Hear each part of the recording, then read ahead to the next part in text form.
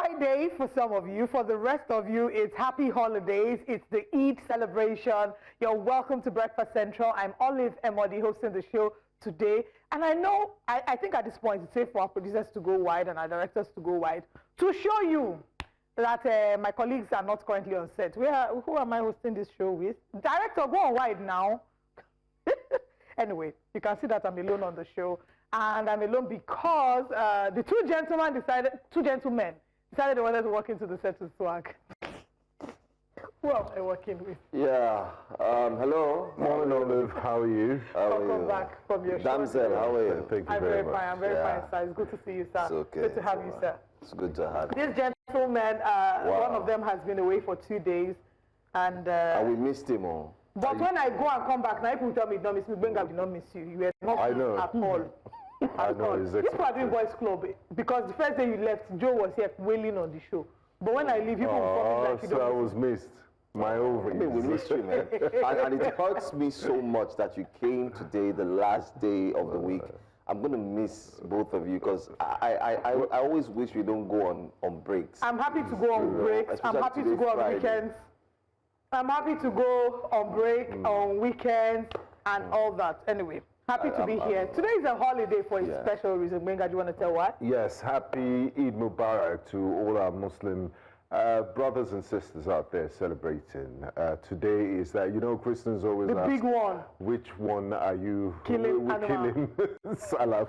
Are you killing animals for? And this is it. So if you have Muslim friends, brothers, sisters, feel free after the show, go and eat some I don't know if people have seen this. ram, and please hold your toothpick. There's a lot of meat that will be going around Did today. you see that Instagram and TikTok reel that people have been jumping on, saying, me when my Muslim friends tell me to do anything, knowing that Sallah is around the corner. So there's this fella song that says, go right, go left, go back. So you then see the Christian person or the person from the other religion doing everything is like, I have to obey because Sallah is around the corner.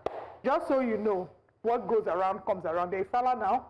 Before we say Jack, it will be Christmas. I give who give me meat. If you don't give me Sallah meat, don't express Christmas chicken. Exactly. When it comes to Christmas, and they say, oh, is this the Christmas that you are killing chicken? I say, no, it's not this Christmas. It's another one. This one that we are killing lizard. Anyway, there's also reports, there are reports that ram is very expensive. Yes, yes. So our reporter was on ground. He went into the market space. And just yesterday, while in the news room, we're talking about it very clearly. People are now opting for something else. And I heard camel. So people are going for camel because ram is expensive. Camel would give more meat. It's bigger. It can be shared by. I didn't know camel can be eaten. Of course. I just learned about it yesterday. The meat is chewy. Maybe you've even eaten camel without knowing, right? Without knowing from your suya. Really? It's kind of chewy and nice. Have you eaten camel? It's lovely. You will love it. I knew it was going there. You know, talking weirdest about meat you've the eaten, economic basis, like horse. Horse. What's the weirdest meat you've eaten? None. I don't know if this one. I'm very safe. I don't know if this one categorizes or falls into the category of meat, but I've eaten crocodile. Wow. Yes. No wonder your behavior sometimes getting harsh. Now. Is the crocodile inside you? No, but crocodile tastes like chicken. Oh, really? If I wasn't informed, I would. So it tastes like chicken and in the same breath. Was it tough? No, it wasn't. Very. Where did you eat It was in Namibia. Wow. Yeah. That's very weird. You know, talking about economic implications and why people are opting for camel. I had a friend, his sister got married in December, but they knew she was going to get married 3 months before. And if you recall, last year, prices were very volatile. Very things. They were just going up and down. So they thought they were wise. So let's delay They bought the ram 3 months before the D-Day. Wow. That's how these rams started arguing and fighting. They tried to knock each other's head and die. What do you do in that situation? We eat it immediately. This is what that's where you put in that soundtrack. You say you're wise. They thought they were. So did they allow the ram go like that? They died.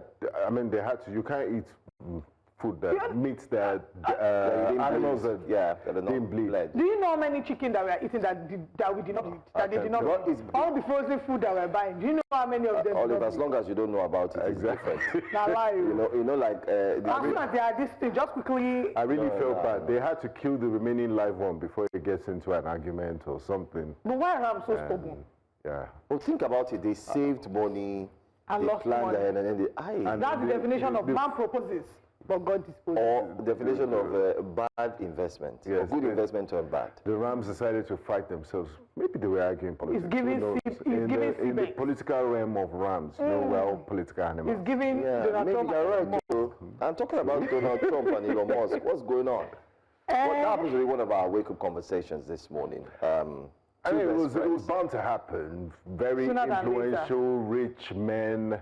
It's only bound that when egos go bigger, they're bound to collide. And they hit ahead yesterday when it's of the always deal. reporters. You know, this our job is very serious.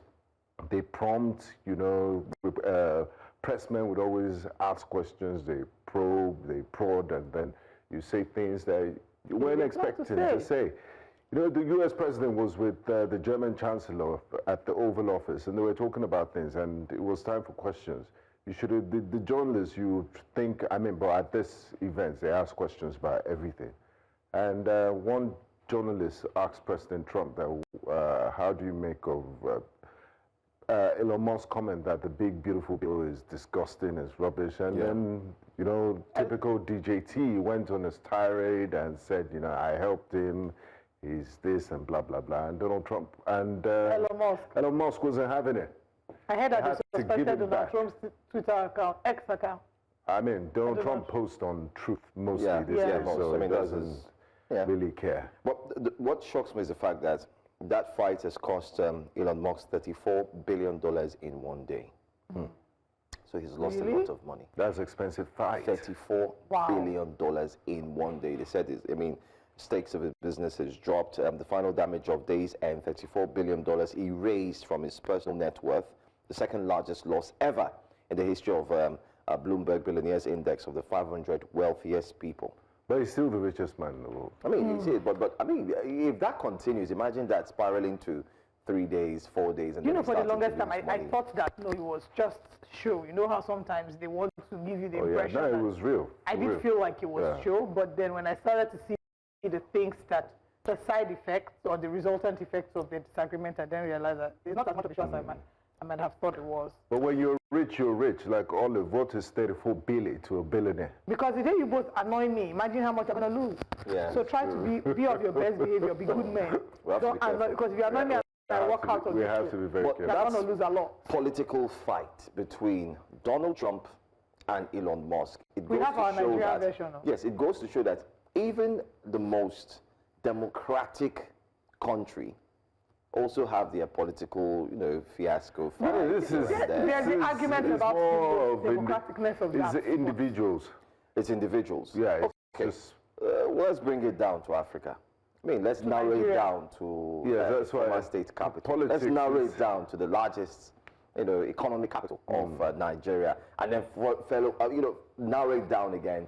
That's Elon Musk saying time to drop the really big bomb. He talked about Donald Trump being in the Epstein files and say that's the reason they've not been made public. And have a nice day, DJT. That DJT is so such a cool initial, Donald J. Trump.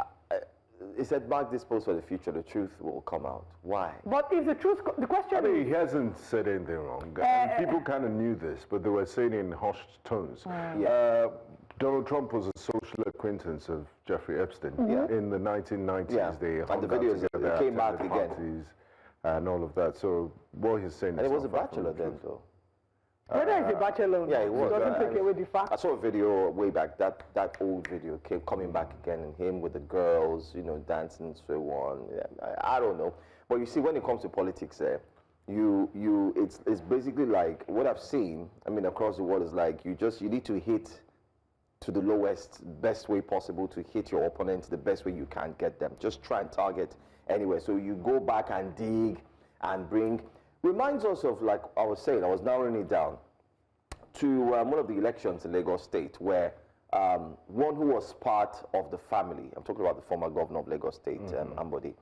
It was time for election, for a second running. And then remember, he had to say a lot of things about the current president. He said a lot of things about the incumbent as well. He said a lot of things. And it didn't look good. I remember he mentioned a lot of, we were shocked with what he was saying right in front of the press, in the Lagos State, state governor's house. And made those remarks, and they were very strong remarks, talking about, oh, this person is a drug addict, it was this, it was that. And I was there. You were there, right? Yeah. And you were wondering, like, oh, okay, this is politics, right? But it's starting to become too personal. Exactly. That's where you should draw a line between politics. And we know how it ended. He didn't win the elections. And so far, so good. The friction between the former governor and the APC and President Bola Ahmed Tinubu, it's been low-key. has not been too good. But it's starting to look like something again is rearing its ugly head within the same family. Yesterday, the president commissioned one of the very important, let's put it that way, construction work that's ongoing at the deep sea port. And he was there. He flew in his helicopter, and then you had other dignitaries who also were there. And the president gave a speech. Two things were taken from that speech. Number one, the president congratulated the Minister of Works for the good job he's doing. And then he highlighted that the Minister of Works should ignore anybody that is talking anyhow about him, taking them away from the road, destroying their properties, name them, and so he says he should ignore. Anybody who does not like what he's doing should go to Idumota. Secondly, he also mentioned clearly that, and this is good for all real estate developers, he mentioned that anybody that's on the right of way, anybody that is encroaching on these capital projects and so on. And anybody that is building artificial islands. Thank you. Artificial islands. Because we have all sorts of islands these days. Exactly. Pineapple Island, mango, guava. Guava. In short, I even had one. Oh my God. Island. I don't know. Oh my God. I don't know how true that is, but he now wants anybody, now you can't do that any longer. You must get the rights, approvals, certificates, and so on. And I applaud Mr. President for that. I also applaud him for one thing. Go ahead. For being a listening president and not disrupting traffic by using the presidential helicopter. Yes. So. Yes, that was good, because yesterday there was no traffic. We moved freely. So he made all those statements, and there you see him walking in. I like the fact that he was wearing, take a look, his the not shoes, you could say. Sneakers. Yes, the sneakers. And they look like Skechers. Oh, sorry. Yeah. I didn't mean to give that brand free ad. But there you have him, and he made those statements. Now, one thing was conspicuous, one thing was missing. We did not see the Lagos State governor there. He was not around.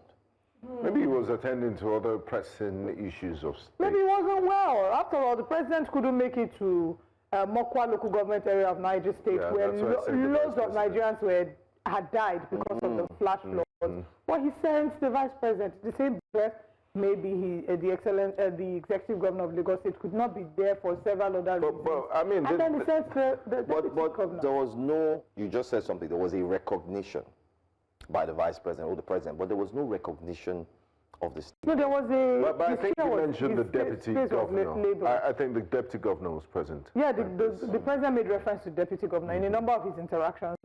He said, I thank God the deputy governor is here, and then he said giving all those warnings about the approvals and all those illegal estates. Nigerians are also worried that this is looking like a fallout.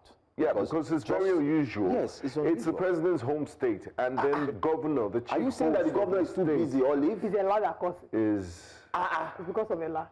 So that, I don't know if you saw the clip where... Mr. President was too busy, and lots of people around. And like this morning, I didn't really see you. I just wanted to say hi to my homeboy. How are you? Good to see you. To my homeboy Joe. How are you? Yes, good. And then the next person, I just pass. I move. It may be an oversight. No, but this thing's happened. It may have been an oversight. Maybe. No, like what I do. Trying to really understand what could have happened. It could have been that the president and the governor, it's his home state. So the governor may have already officially welcomed the president before they've had interactions. Like, I've already No, I don't already shake your hand before. Make I go shake another person's No, the hand. president doesn't do that, too. How do you know? Are you the president? president- Are you the PA or this the president- You would This acknowledge president, every time you see You know them. why I like this president? He always VIPs. acknowledges anybody he knows. So if he sees you, you know, an old clip came out of a former Senate President, Bukola Saraki, where the current president stood up to even greet him, and the former Senate President passed him and didn't shake him and moved on.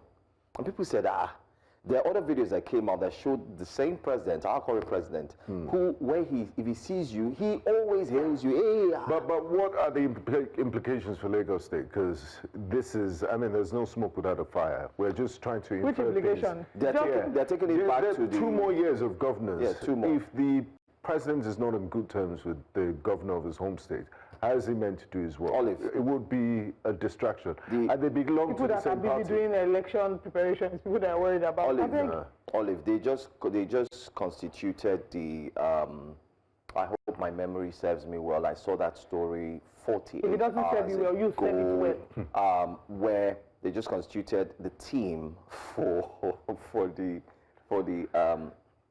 elections that are to be held in 2027 in Lagos State as well. And then you wonder that you also have the presence of the Lagos State governor.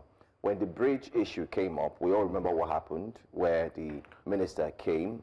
First of all, the governor came and There said, was a synergy in communication, yeah. There was no synergy in communication. So it started, it's like from the fallout of the Obasa issue and Miranda, we are starting to see a lot of loopholes back and forth and fights going on here and there. And now it's starting to trickle down to the issues that are coming out from, what happened here, and then you can't pinpoint where it's leading to. And then this is a big one. I mean, Olive, And there's no deep-sea official port? communication from the APC representatives, the APC spokesperson, to say, look, there's no rift, because if you are silent about issues like this, you leave. You are too quick. You leave room for the explanation will speculation. We are come members of the today. press. See, It will come it's because we today. care. You are too quick. How? It's because we You care. are too quick. Is it not just yesterday? What time should we expect it? Today. Bad as it bad, 12 Today's noon. celebration. Okay. Just because they are more concerned about the layer. Today I be Eid. Today is Eid layer. Mr. President has been in Lagos. Yeah, for a so while. there's a lot of celebrations. You know, I don't know why we're making a mountain out of a molehill. You see, we're just concerned. You know, Concerned if you about notice, the welfare of if you our notice, governor see, we started and this story, state of we our took it from back, from the time of former Governor Ambode. We took it from back and we brought it down here. It just shows that Nigerians, Lagosians, let me use the word, Lagosians are worried. Go online, everybody's talking about that, what's going on. So as pressmen, it's our job to ensure that we highlight some of these things and then see where they link to. And hopefully,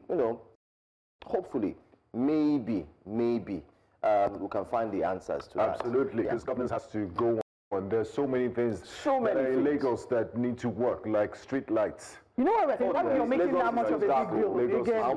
I almost ran into a ditch, a very big one. That's terrible. This morning. I mean, it's not. People, when we talk about street lights, it's not for aesthetic values. It's health and safety and security. These street lights are not decorations. It's really, really sad that a state like Lagos State that boasts of the huge amount of revenue it generates cannot provide something as basic as street lights. So we call on the authorities to please. It's been months on end to do something about it. And when I talk about street lights, I'm not saying people in Ijegun do deserve street lights in every corner of Lagos because they pay their taxes. But when you see the road leading to kilometer 1 of the Lagos-Calabar superhighway, that's Amadu Bello Way, it's not even lit. Akadeshola, major roads are not lit, then, I mean, it tells you what to expect. The roads, Mobolaji Bank Anthony, that leads to the airport, Ikeja, in the capital of Lagos, Lekki Aja, is not lit. So, I mean, if you don't do the basics, then... I mean, I know for the past 3 months ago, coming towards this area, I was really using the stadium axis / Ujolegba. I loved it when the lights on Ujolegba, when they come on. I loved it. It was beautiful. As early as 4:35, let's say 5:30 a.m., once the lights come on, along that popular Ojolegba / Yaba, axis, and going back to Surulere and so on, I loved it. It was very good. It was beautiful. You feel safe even driving and walking around. Yeah, you don't need to use your But when it's dark, problem. Yeah. Again, because you don't see the ditches in front of you. It's not like the roads are in such an excellent and state. if the street lights were, if we had street lights as we ought to have, driving at night would not be such a Herculean task. Because when you're driving at night in Lagos, you have to then put on your full lights. The people coming opposite, their full lights are on. They are blinding me, I'm blinding them. My light is better than yours. Yeah. I better pass my neighbor. And then But if the street lights were on, you just need to turn on your lights without putting on your full, full lights. So yes, and it's gotten into us so bad that as Nigerians, we don't even understand that you don't need to use your full light. Exactly. We don't understand that in saner climes, yes, let's use the word saner climes, where things are done In appropriately, Cotonou. you don't use your full light. I need to go to when you're Cotonou, driving. actually. You don't use your full light. You just put on your light and then you move because there's street lights. And then in driving, they teach you that you do not use your full light, just like you said, because you could disturb the view of the other person coming from the other lane. But you know why? It's so bad that we don't even know what I that don't is. usually use my full light at night. You know why? Why? Because I'm the light of the world. Okay, on that note, we'll move on to other pressing matters. Other pressing matters. I hear that DJs stand a risk a jail term for playing music without license. Playing Davido, they'll go to jail. So if you're playing without a license, and I mean, what sort of license are we talking about? So it license of the song owner, copyright, so that's the thing. or license to DJ. I don't have the full picture of what it is, right? But I did speak to DJ Chicken? No, I spoke to a DJ who spoke to me on the condition of anonymity, and he gave me his feedback. But just to run you through the story, it says NCC warns DJs against performing music in public without license. They are saying that engaging in any of these acts without the owner's authorization constitutes an infringement under the act. The Director General of NCC, John Asen, gave the warning in an advisory issued on Wednesday in Abuja. So before you play the video, Shepe, you would have gotten public to a public gathering. Yes. Like Joe, in the NBA, they play songs at the arenas and stadiums, but I believe they have a license to play those songs. Agreement because you're playing to a mass, to high numbers of people. So this is if basically you're going on a under road show, and you carry your banner and you're dancing up and down, so you need to talk to Davido before you play a song. So this is under Section 9 and 12 of the Copyright Act 2022. Says the owner of a copyright in a musical work or sound recording has the exclusive right to reproduce, perform, or communicate it to the public. And engaging in any of these acts without the owner's authorization constitutes an infringement under the Act. Then they go further to say that such an infringement may constitute a civil wrong or a criminal offense under Section 44, subsection 7, punishable upon conviction by a fine of not less than 1 million naira or imprisonment for a term of not less than 5 years or both. I'm sure this law has been there since. They're just now trying to. highlighting it. So let me Did we just build new prisons that we don't know about? that want to put more people inside. These days they're just looking for ways to jail people and fine people. let me refer to some of the public performances they are talking about. So they say the public performance of music by a DJ, whether at hotels, event centers, clubs, gardens, or recreational facilities, constitutes both a public performance and a communication to the public of the musical work and sound recording as provided for under the Act. He advised them to obtain appropriate licenses and pay royalties to the approved collective management organization prior to engaging in such performances. So for avoidance of doubt, the approved CMO for musical works and sound societies in Nigeria is the Musical Copyright Society of Nigeria, MCSN.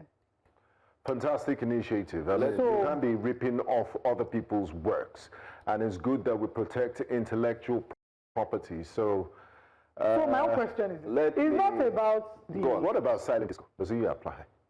That one's empty. What about what? Very valid. Silent disco. Where you're wearing the headphones and everyone can hear you. Everybody. So the thing is the applicability of the law, and that's not saying, of course, that the work of an artist that their copyright should not be protected. I think it's very important. It's the enforcement mechanism. Yes. How do we ensure that we want to enforce compliance? This? You go to a cartoon, and on that bar where they are using on Friday night to chill out. Do you know if they're going to enforce this decision? You know where we have the most concentration of DJs in Lagos? You just mentioned it, Ikotu and Agege, small doctor's side. Everybody. So if you're a DJ, please let us know what your thoughts are. Does this apply to DJ Copy? Yes. Okay. Because she's a DJ. She's no more. I spoke with a DJ on the condition of anonymity, and he says that this is not the first time they've tried to introduce it. He talked about how, of course, a number of DJs had pushed back against this because they just felt, from the DJ standpoint, they feel like it's not their responsibility to pay, but it's for the recreational center. So, for example, a club, you know you are always going to have DJs. So the club should be the one to pay. Exactly. Right? And then they'll factor it into their charge to, you know, whoever their client upcoming artists will not like this because let me wait for you guys when you are done. We are done. Okay. I'm almost done, but imagine DJ exclusive in. You that you want to start your musical career. Okay, go. How are the DJs going to? So this is not the first time. Yeah. This has come up. I recall when I was active as a radio presenter, what they call OAP now, and then we're playing music. You have a body called COSON, okay? And what COSON does is they collect Copyright Society Organization of Nigeria. They collect money for whether you're an artist, performing artist, recording, name it. Stations are supposed to pay royalties. So back then, I had also joined the COSON meetings. I used to go for their meetings back then. I was / entertainment reporter then. So I would go for their meetings. There was an argument. The argument, you know, was lingering between should we charge 1 naira per play? Per play. So for instance, if this is New Central Radio, as long as Benga is saying this is a brand new song from Davido and he plays it, the station will pay 1 naira. If that Davido song is played 4 times the entire day, that's 4 naira. So what happens is Davido gets royalties. Now imagine 4 naira per day times 50 stations pan Nigeria. Davido is going to make royalties from his song. Now that's how it's done abroad. Yes. So your musicians abroad, everybody, they also get royalties from their songs. Hence why when they retire, a Lionel Richie has retired, his account balance is always going up, whether you like it or not. Yeah. Of course, but the only thing is, you know how it works there. As it's going up, tax. They take their tax, they take this, the recording label, but you are certain that you can't. So when artists say, I've gone bankrupt, it's not really like they've gone bankrupt. It's just that they don't have that money they used to have where they can live that lavish lifestyle, but it's now very minimal, it's small. So COSON had this conversation. Then you had, of course, the one you mentioned, what's it called, MCM. So all these bodies are there to ensure that they regulate this. But it didn't fly. Why? Because even the radio station where I worked and they wanted to mandate and enforce it, the station said, okay, a rule was given at the station, don't play Nigerian songs any longer. And then we stopped for 1 week. What were we playing? Foreign songs. And did you pay for your Yes, of course, because you had to pay for the CD. I don't know if you remember the yellow, the red, the blue. They have not bought me that time. Okay. But for those who are, the OAPs, then even on radio station now they understand. I don't want to mention the name. She was also an OAP. We work together. Oh, okay, I see. So you have those CDs. You pay for them. They ship them in. So you have them. They have like top 100 songs across the globe. So that's in that way. When you pay for those CDs, indirectly, of course, it comes from the same record labels. Yeah. So and those CDs go all over the world. Now, this one is coming up, and they're saying going forward, you need to pay before you play the songs of DJ. Guess what, Benga? We're going to have instrumentals. People will be dancing to instrumentals. Because by the time instrumentals too need license. No, people will create their own instrumentals. Like Amapiano is big, so people would rather take a South African Amapiano instrumentals. I'm a big fan of South African songs, so I can bet you that they will play it back to back for 4 hours. Or we go back to they started infusing drums in clubs. Exactly. Yeah. But you now made the point, which I agree with you. This is not good for up and coming artists. Because they're going to the station will be asking, why are you playing this person's song so much? Why do I have to pay so much to be able to promote their song. And unless back someone then, outrightly waive copyright. and just to add, back then, some of the popular artists did not agree to it. They still came back after the agreement was met. They came back and said, no, because in our culture, in the broadcast music culture, it's about how you play the song. The Nigerian situation is dynamic. You can't just is. copy and paste, oh, this is the way it's done in other climes, let's do it here. You have to find we what's always applicable have here. this culture of trying to do that, especially when it comes to, you know, taking money. Why don't you copy, oh, this is the standard the universities are in, other climes we want to do it. This is the standard of hospitals, let's do it. This is the standard of transportation. But when it comes to sucking money with a straw, So, we want to do like in their other climes. defense, With a long straw. in their defense, they're not really sucking the money. They want to ensure that these artists get rewarded. Because they know that you people are not doing shows again as much as before for the artists to come and perform. So they're protecting the artists now and protecting them in the future so that even when they retire. Mechanisms, Because some of these artists, monitoring, there's so many issues. and some of them are even like one-hit wonder. So by the time they've maybe had one hit or one album that hits, they go into relegation and we don't hear from them for a while. So that they can get royalties. One-hit wonders. After the Sallah show, I'm going home to dance. Baby, do not a collabo. I want a collabo. Where is that guy? Old. So you're not old, right? One-hit wonder. What? AY Dot. I can't even remember his think name. That's how serious it is. Oh wow, there's a number of them, but I'm Joe, glad. remember, I was from his heydays as No, I mean, I must be honest, I promoted all those songs. Way back. That was my time. To my floor, cause you know I got the dough. Worldly song, full your head, my sister. Please, today is a holy day. I'm not singing any worldly song. It's a holy day. I mean, it's good that I like the fact that before we go into the business of the day, we like we always say, Nigerian stories or some of the stories we have for you can sometimes weaken. I want to encourage those who don't have money to buy RAM today. So I watch it Today, from these are our own way of also compensating ourselves. that are working on public holidays. Exactly. Speaking of public holidays, Let's there is a report that shows that Nigerians get, is it 41 or 47 holidays a year? Are you doing a drawing board on that?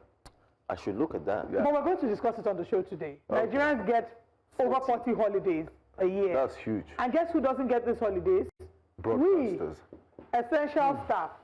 Yes. So We, the police, fire service, doctors, the number of us that Police don't get officers. it. Yeah. So when you see us on the streets, Squeeze a little bit of something. respect us and No, pay no. us tribute. Squeezing is... No, be careful. Let's understand. Let me rephrase. Squeezing is, well done, thank you. If somebody tells me, Okay, oh, squeeze thank the handshake. you. Yeah, well done. Because you have to be careful in Nigeria. You see, there's a new one. They say they just push me forward. I've not heard that. I've not heard that one. They say just put your hand in your pocket, Oga, and just push me forward. Push you where am I pushing you to? Okay. You don't understand. Just Just encourage me. Enough of the joke and the banter. We want to say that you can be a part of the show. All you need to do is go on YouTube at News Central TV.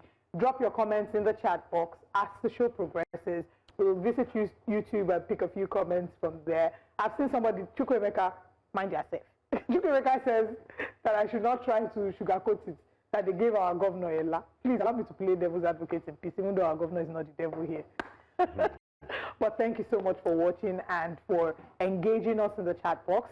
To those who also want to tweet at us individually, you can tweet at Joe Hansen, tweet at me at Olive Emodi and Benga Bora. We'll be glad to engage with you during the course of the show. Let's now share with you what our top stories are this morning.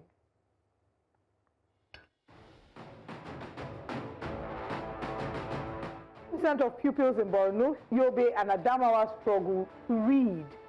Sallah woes, ram buyers, sellers struggle with soaring prices. We will be bringing you what the numbers are saying. Now, speaking about work-life balance, report reveals Nigerians get 41 days of holidays annually. Nigerian Shippers Council meets IG of Police, seeks support enforcing port compliance.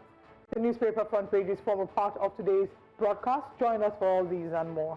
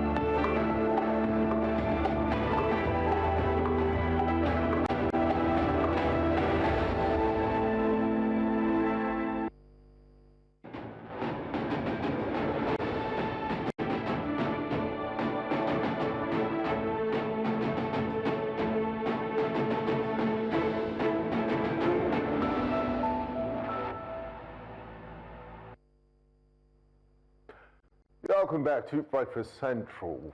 Muslim faithful in Abuja lamenting the high cost of ram, a key component to celebrate the Sallah festivities. Buyers and sellers alike say many families will not get to perform the compulsory ram sacrifice, signifying sacrifice, a key component of Eid. Our correspondent Kayode Egbetokun reports from Abuja.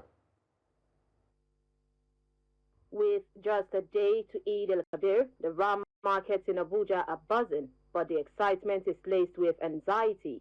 A combination of inflation, feeding and transportation costs in livestock-producing states is driving prices over the roof.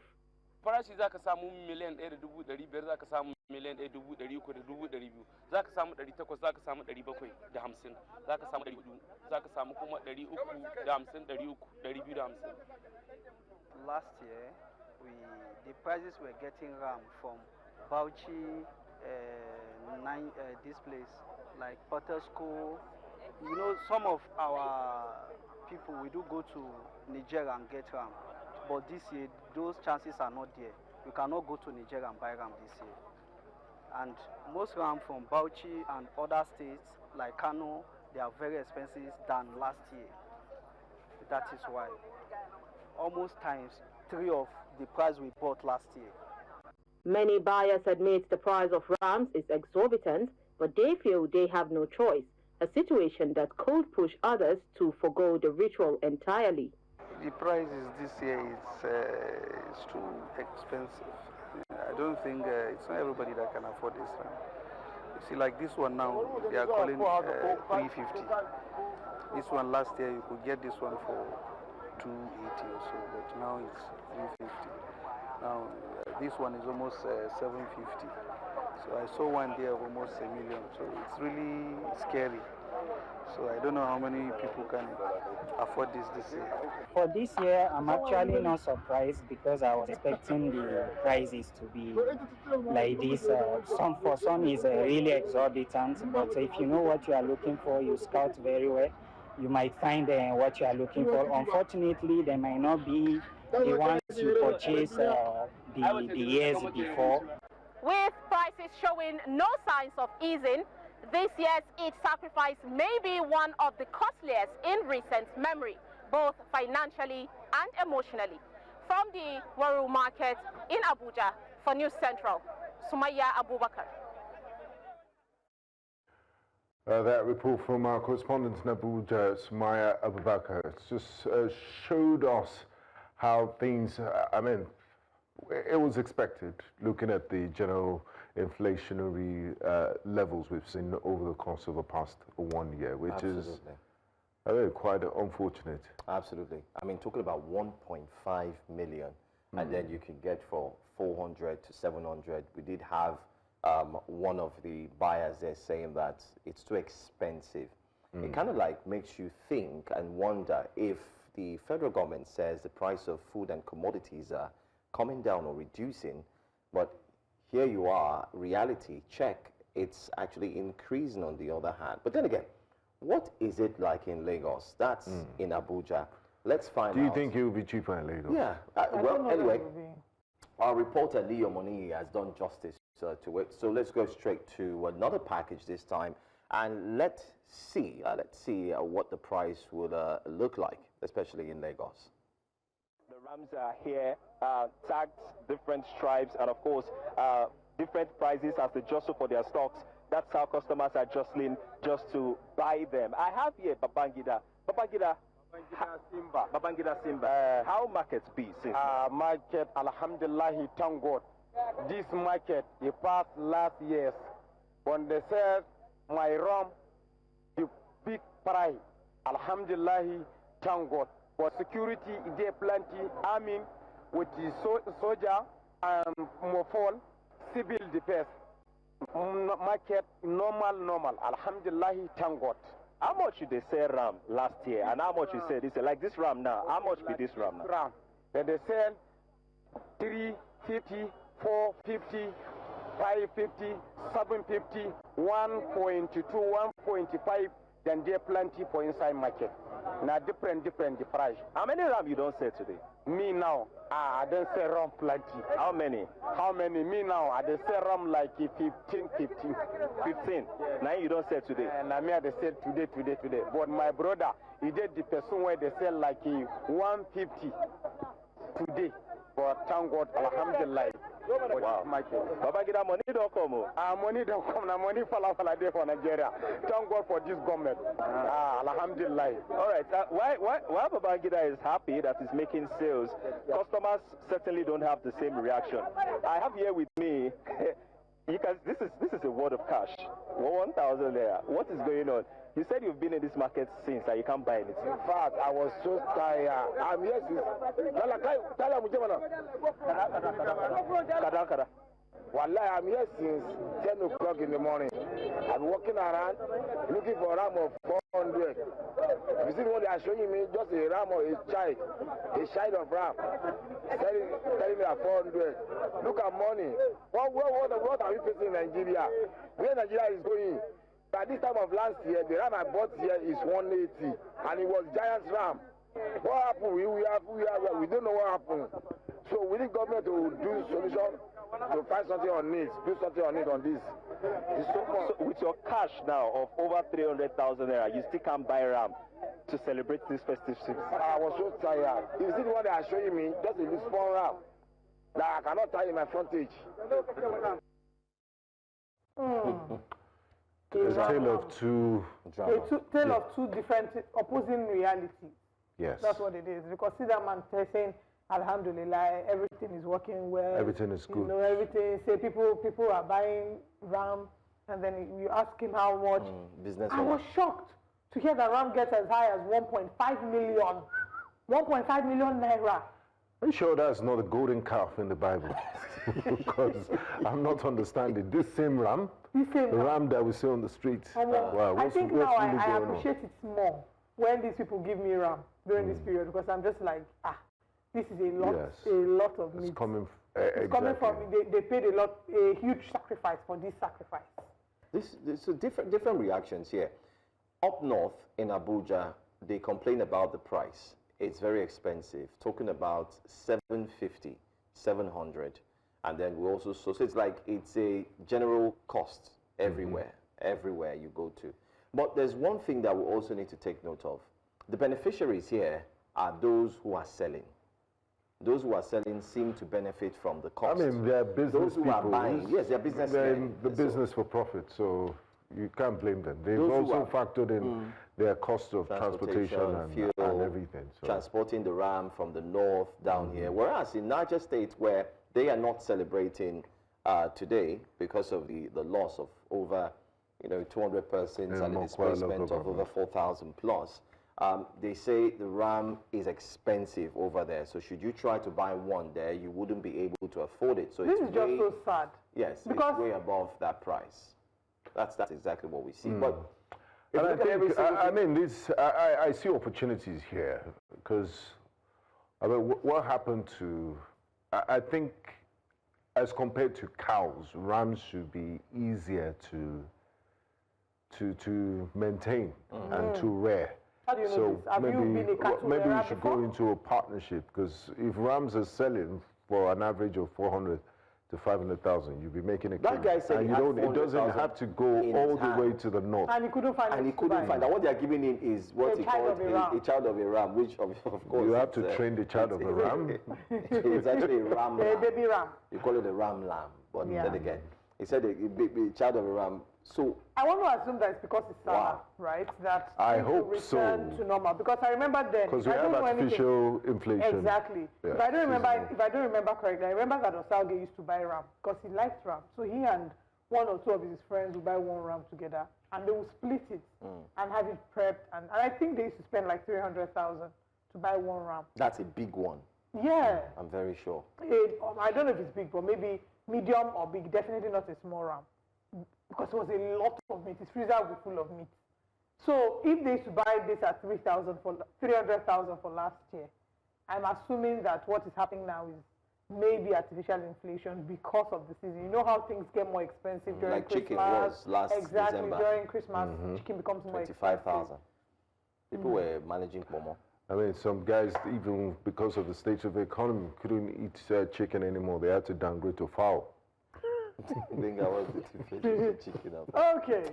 Anyway. I mean, moving away from chicken, fowl, ram, to some people who unfortunately cannot even afford to eat them because of malnutrition, but that's a conversation for another day. Imagine a classroom of 100 children and only 28 of them can read. The remaining 72 are left behind. They're struggling with the very foundation of learning.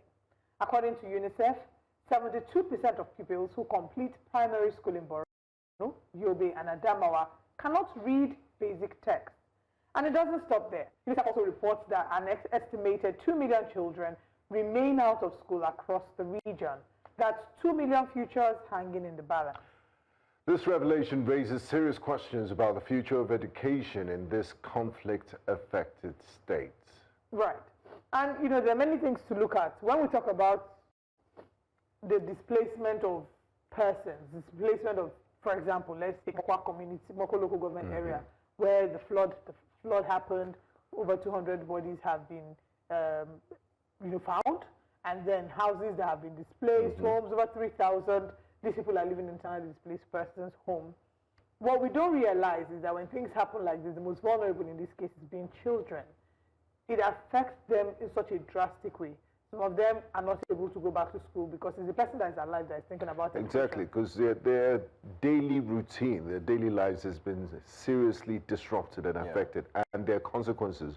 What we often focus on is, and is equally important, relief materials, getting them back to a sort of semblance of normal life, providing them with the basic needs, clothing, shelter, and food. But the day after, and some of those people that live in displacement camps and temporary accommodation, there's no access to education for these kids, and they have consequences. And some of them, as a result of these natural disasters or terrorism, whatever reason they were displaced from their communities in the first place, never go back to see the four walls of a school, which is quite unfortunate. And sometimes the schools are also lost to this natural disasters or conflicts. So we really need to pay attention to it. We have a generation that is coming up that have lost access to education. And this is just the basic literacy, reading and writing. And every child, I believe we have the university basic education decree that says, law that says every child should at least have a free primary education as part of the Nigerian law. And the government provides free education at this level, so there's no excuse. But we need those in charge, the stakeholders, to step up their work and also ensure that students in this displaced, in IDP camps and displaced communities have access to good education. We're starting to head down an educational pandemic, I'll put it that way, because there was a video that surfaced online, and these videos started to become very popular, where the creator puts a word, and then shows it to the kids. The kids are lined up and tells them to read it. And they should pronounce it, like pronounce this word. It becomes very hard for the children to pronounce. The reason is because you see them lined up, and then they are struggling to see how they can actually pronounce these words. So it's usually tough, as well. But where the challenge, again, is that when they're pronouncing these words, they fail. They can't get it right. And then people on the comment section start laughing and saying, oh, and I look at it differently. I'm like, this is the future of Nigeria. In the next 10 to 15 years, we would have grown to replace those who are older now, but those who are younger, the generations coming, it shows that we're going to have a literacy problem. Right. They would not be able to comprehend, to read, and when you can't do that, they say knowledge is power, then you become gullible. It means that there would be an increase in illiteracy. There's also an increase in... you can't compete. You can't compete. You can't understand. You can't fathom just simple ideological differences between what is being said and what is not being said. In other words, this is why I worry about AI. Because this is why I worry about technology. People could use technology to change narratives, and because you can't read, you're not smart, if they translate it to your local dialect, you would just believe every single thing, hook, line, and sinker. So we're going to have all of these challenges in between. You've raised key points about students not being able to read and the content being posted on Instagram, people laughing. When I see things like that, the first thing that comes to mind is dyslexia. And people just think dyslexia is a fancy word and it's people in the West that should be dealing with things like that. But there are people who genuinely struggle with reading. And there are different ways, there are better ways to teach people like that. So the question is even how many teachers, how many educators are aware of the deficiencies on the part of students in the area of those who struggle to put words together, those who are dyslexic. There have been individuals who have publicly admitted to having dyslexia, but they've grown, they've been able to work with it to become the best version of themselves. There are children who have ADHD. They have an attention deficit hyperactive disorder.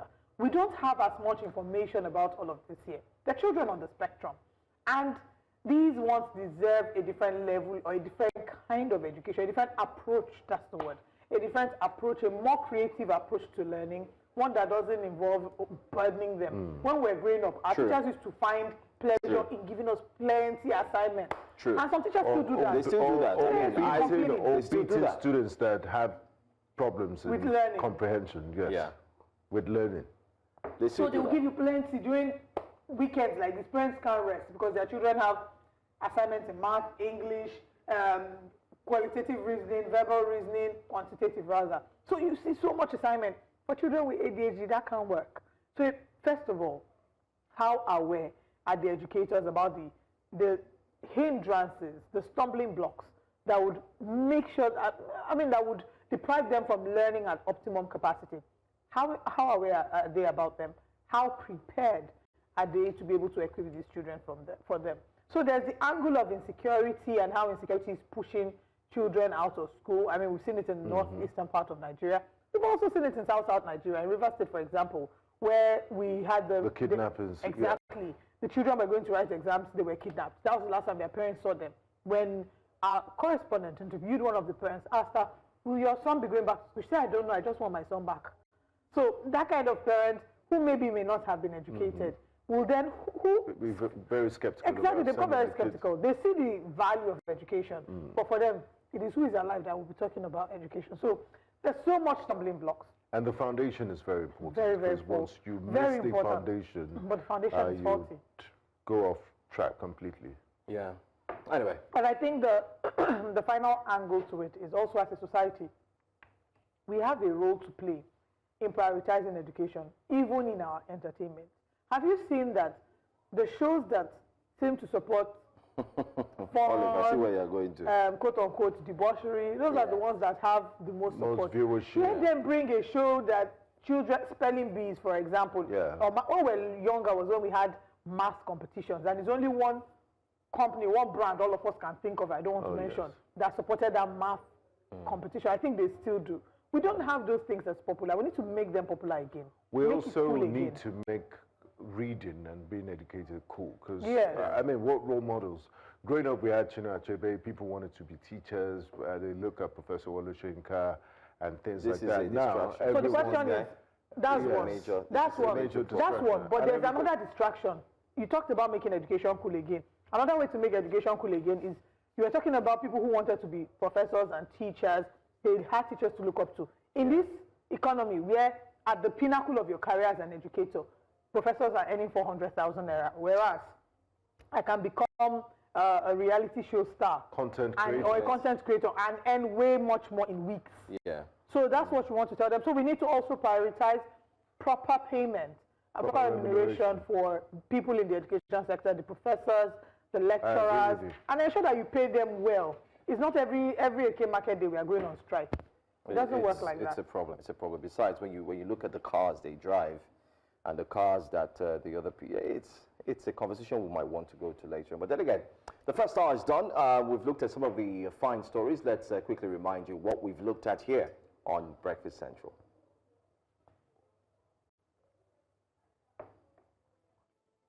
quick recap on the story. UNICEF decries poor education in Northeast. That's one story we just talked about now. Buyers, sellers struggle over ram prices, and it's precarious. It's a tough situation, whether you like it or not. Nigerians turn to camels in place of rams for Sallah. That's the updates that we have. But let's tell you what's coming up next here on Breakfast Central. Coming up next, Nigeria's public holidays analysis. We'll be having some of our reporters join us from different parts of the country. Delta traders lament low Sallah sales. We'll go to Delta State. We've checked Abuja and Lagos and other environs. Enforcing port compliance, a good story to look into as well. Stay with us. We'll be right back.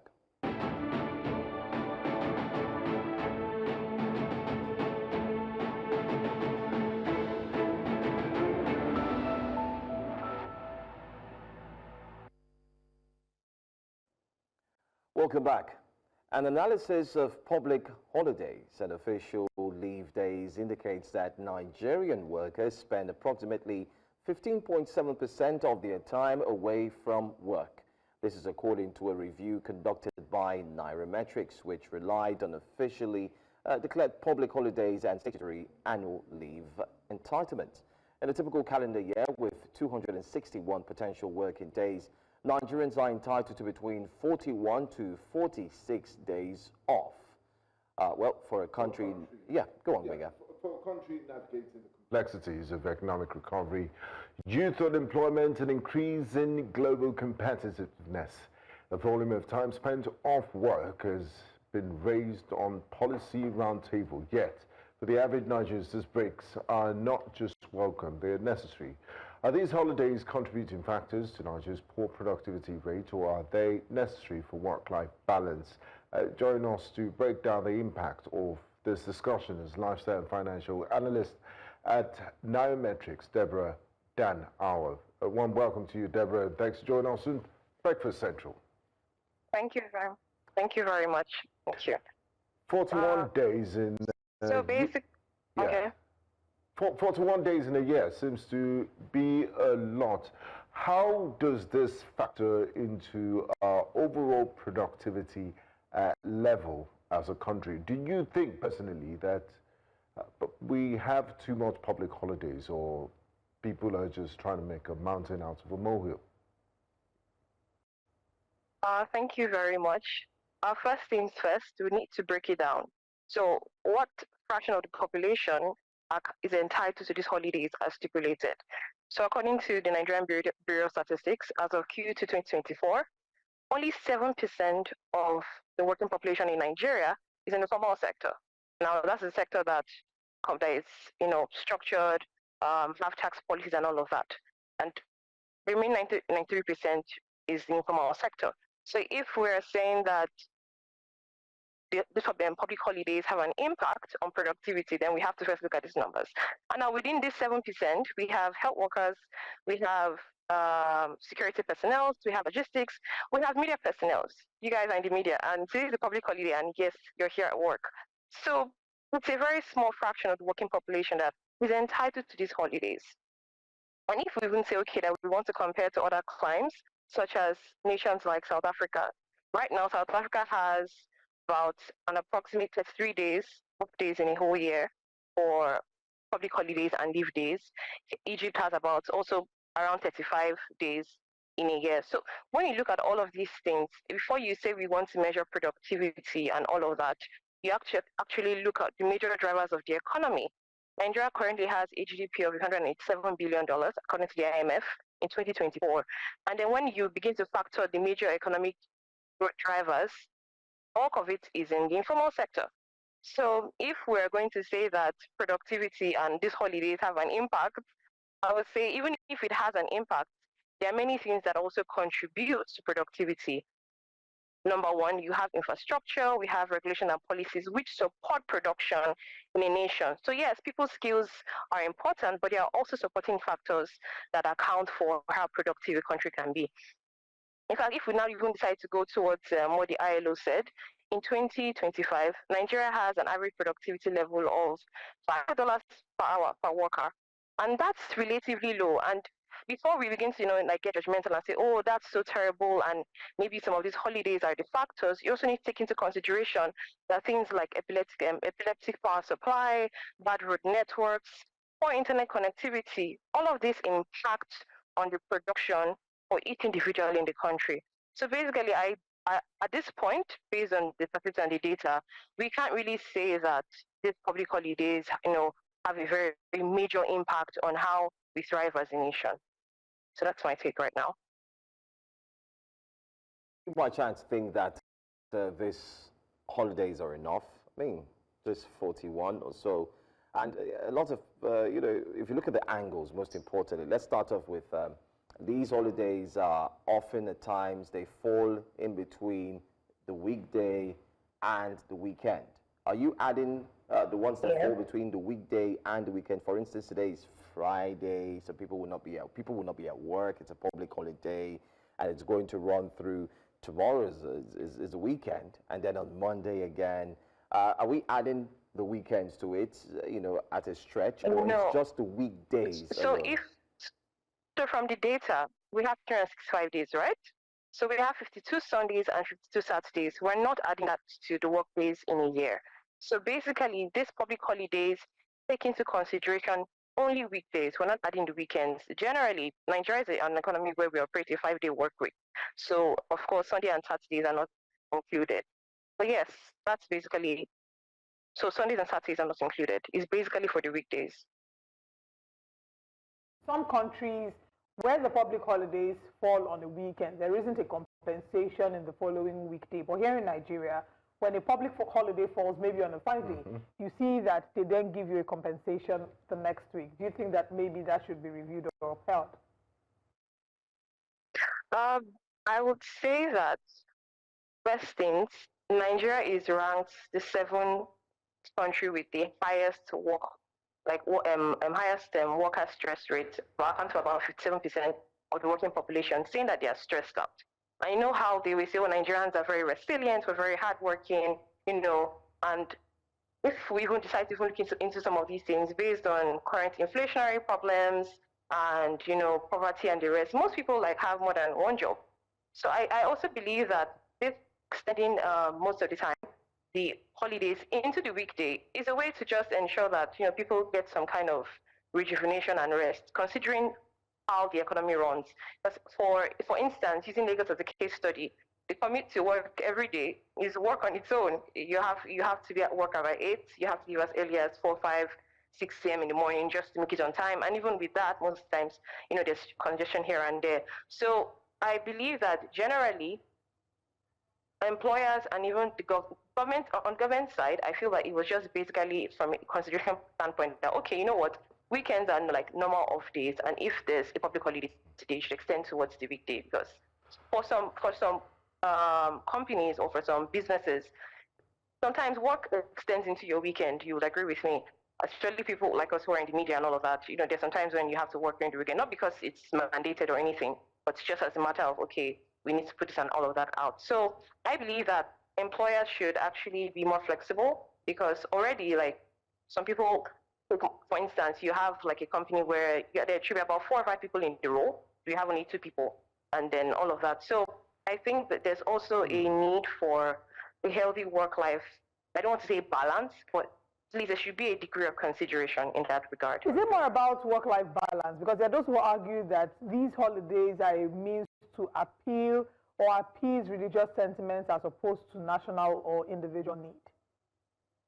Yeah, like Kano State government just gave Kano State indigents 10 extra days. 11. Yeah. Oh, okay. So this is quite sensitive regarding the topic of religion and stuff. But at the helm of everything, we also need to understand that this religion also forms a basis for identity, and it also has cultural roots attached to it and all of that. So if we're saying religious sentiments and all of that, we would also be inhibiting on people's will and personal rights to worship and all of that. So while this may not, so for instance, now if we look at some point in Kaduna State, Friday was considered a no work week. So they were operating more or less like a 4-day work week, with believing that Sunday was like the beginning of the week and all of that. But if you look at all of these things form the basis for people's identity. So I wouldn't say that, it's in a way to accommodate religious sentiment or any of that. Christmas, you can say Christmas is also tied to Christians and all of that. And the same way we attribute identity as Nigeria to Independence Day and to Democracy Day, it's the same way someone who has a religious belief wants to like attach certain days. And I don't really believe that. Sorry. You can wrap up your thoughts.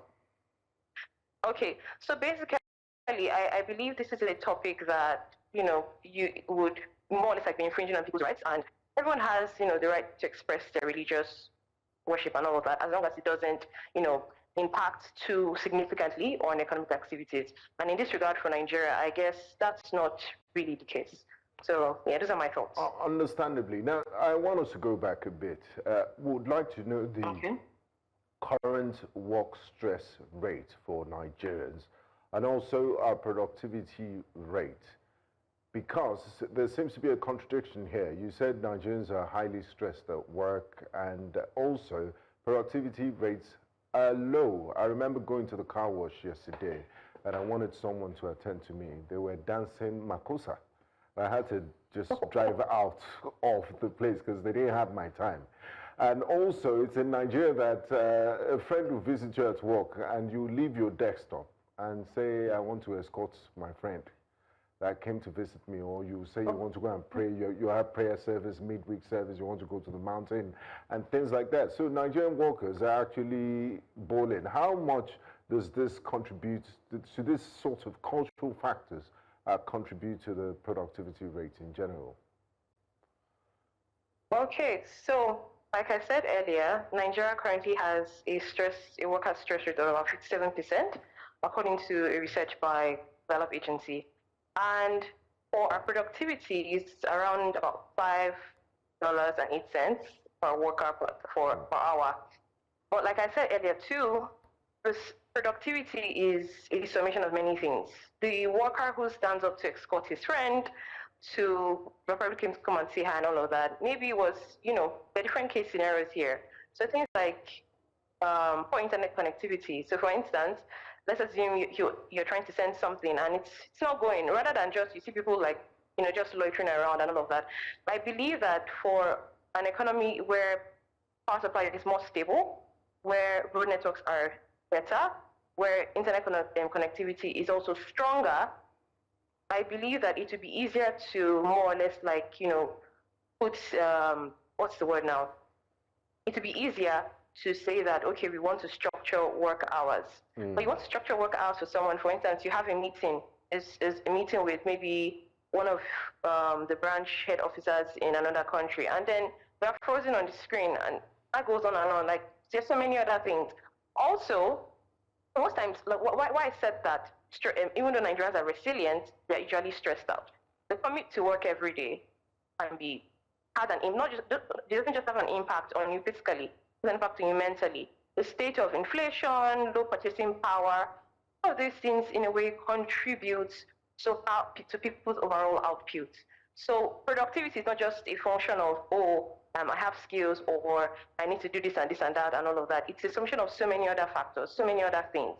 I believe that if we had, more structured policies in place, infrastructure, in fact, if we want to like go a bit deeper into this and calculate, okay, for instance, the minimum wage in Nigeria is on 7,000 naira, right? That's approximately, if we're using that as a benchmark, that's approximately 3,400 naira per day and about 429 naira per hour.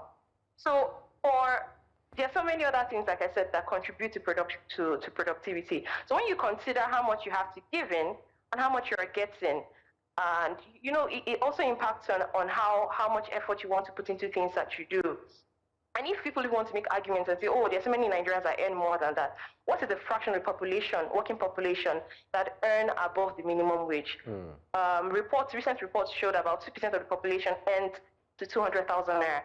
Shows you that, in fact, the morale and the motivation to be productive is very low, because if you put in about how many hours a week, about 40 hours a week, But what you're getting at the end of the month is not even enough. For instance, if you're a family man and then you're earning, let's say, 100,000 naira, that equates to how much per day, that equates to how much per hour. So if we're trying to, most times we try to base all of these based on, in countries like the US and the rest, they rate them per hour and all of that. You also need to take into considerations the factors that work in those economies. Those economies don't have problems with power supply. Those economies don't have problems with transportation. They don't have problems with clean water, pipe bomb. So all of those things, when we're talking about the typical Nigerian worker, of course, there are room. There may be some exceptions, but we should also take into consideration these unique problems plagues the nation at this point in time. So yeah, that's my take. Having mentioned that we have a 57% stress rate, you've also highlighted other factors that have ensured that, that have impacted productivity amongst Nigerians. Are you suggesting that there should be maybe an increase in the number of holidays, annual holidays that each Nigerian is entitled to? Do you think that would balance out stress levels? I would say what we currently have right now works, because when Nigeria was at its most, I would say its most profitable, and it's profitable using GDP as the benchmark, that was in 2014, Nigeria's GDP was above $500 billion. We still had this public holidays and this annual leaves, and the nation was still, so I feel that at the end of the day, what's most important to deal with stress level is to go granular. So go granular in what sense? People are frustrated by, power supply issues. People are frustrated by internet issues. Now, internet issues have become the new power supply issues for most Nigerians, where, you have to, if I told you that right now, I had to, this morning, to ensure that, I didn't have any problems. I had to have about 3 backups in just in case something goes wrong during this call. So all of these things also impact on stress levels. So stress levels is not just a basis of, I need to rest physically. It's a combination of your physical stress, mental stress, and most times mental stress comes from financial stress. And financial stress is a ripple effect of so many other things that are not working as they should in the economy. So the solution here is not, more holidays. The solution here is more infrastructural development, is better policies, regulations, to aid production in the country. Because if you decide to talk about manufacturing, agriculture, those are all of the, granular things that, contribute to the economy. So if the person who is bringing goods down to the south is going to stress, and then you're not having to purchase at a very higher price, even if you have all the holidays in the world, if you do not have enough money to, meet your basic needs and all of that, and if we want to now begin arguments on, maybe we should increase salaries, while that is also good, it still doesn't solve the major elephant in the room. So I believe that at this point, it's not about the holidays, it's about proper infrastructural development, to help aid production, not just for individuals, but as a nation. Well, and I hear you when you say it's not about the holidays, but then some people will argue against that and say the holidays are very important to us. And there are people, for example, in our line of work, media, and certain other areas have been referred to as I forgot what they called those during COVID. Essential workers, thank you, the essential services, who don't get this 41 days of holiday, but are then entitled to their regular annual leave. Is it important that organizations maybe factor in a possibility of compensation in terms of maybe holidays for these people who don't have the natural access or don't have automatic access to those 41 days? Is it important? And if yes, are there ways to go around it? Yes, it is important. And I would say that in a typical economy or in a typical country, when people have to work extra days, normally it's not anything extraordinary to get paid for that. But like I said, Nigeria's problems are not peculiar, but they are unique. Many of these essential workers, those of you in the media organizing all of that, Nigeria also has a skill gap problem.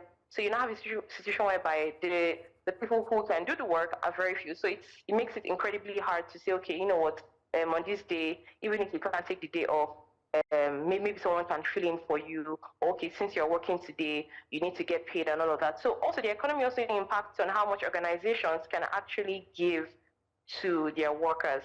So let's say for a business who is trying to run on who is probably trying to, make production and all of that, and say, okay, you know what, we have, let's say, 3,000 orders for this Sallah break, and your bulk of your production costs are already eaten into your profit. Then how do you now say, okay, you want to, compensate your workers? So like I said earlier, yes, we should look into all of these things, but until the elephant in the room is addressed, and what's the elephant in the room? Problems with our power supply, problems with generally all of these things bake into how businesses run. And that's why it seems like it's hard, or it seems like, employers or most employers of labor, it feels like, oh, they're stingy and all of that. But when you begin to check their books and you see what it really takes, to run these companies, you see why sometimes it can be really hard, to properly compensate workers for extra days that they have to work that are, one that they should have taken up. So like I said, yeah, so yes, companies can look into this, but until things like improve, like on a general front, this may still be like a bit of a struggle for most business owners. I mean, you spent time looking at the lifestyle and breaking down the financial aspect of possibly workers in Nigeria, which also has given this fact check.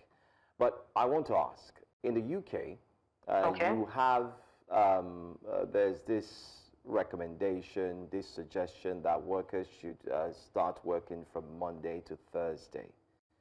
Weekends should start from Friday, Saturday, Sunday. With your analysis and with your views on productivity and the workforce, do you think that suggestion should also be implemented here in Nigeria? Don't you think we work so hard and 41 days is not enough? Therefore, we should just focus on the Monday to Thursday process that is equally being suggested in the UK. All right. And before you, give us the response to that, let's go on a very quick break. And when we come back, we'll have you respond to that. All right.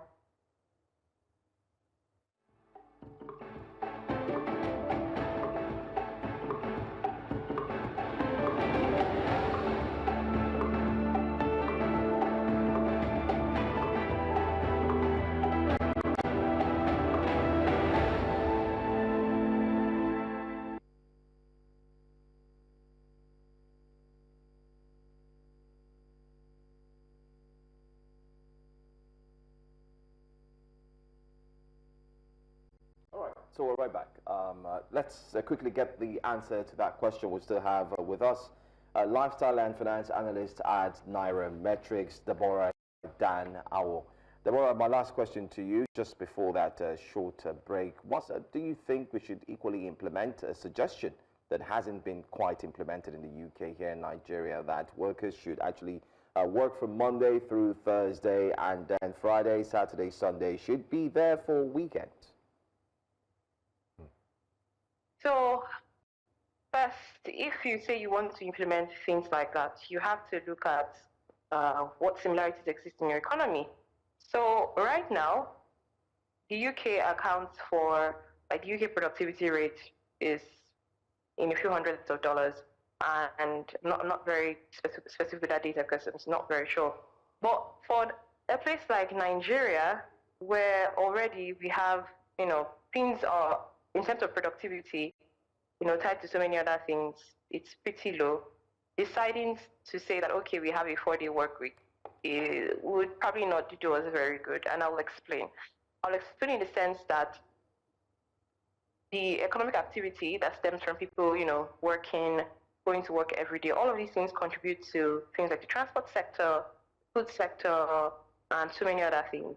And bulk of this, like the transport sector and food sector, as well as, and all of that, contribute also, consider significantly to the economy. So saying that Nigerians should begin to have a 4-day work week, while it may be a welcomed development, considering where we are right now in comparison to other nations of the world and even in Africa, I would say that we might need to halt. It's not something that cannot be implemented, but for now, considering the current economic climate, I do not think that would be a very good idea. Okay. Even though it might, so I'm not sure. But right now, of course, they can review later, but as it stands right now with what we're going through as a nation, I'm not sure that that would be very, good at the moment. Because already, the Nigerian workers have already, we've implemented remote working processes. So we're not saying that people should now, begin to work 4 days a week. Of course, the way people work has changed. People work from home. Sometimes people do hybrid. Most organizations are like have embraced that and all of that. So I think right now, in the moment, no.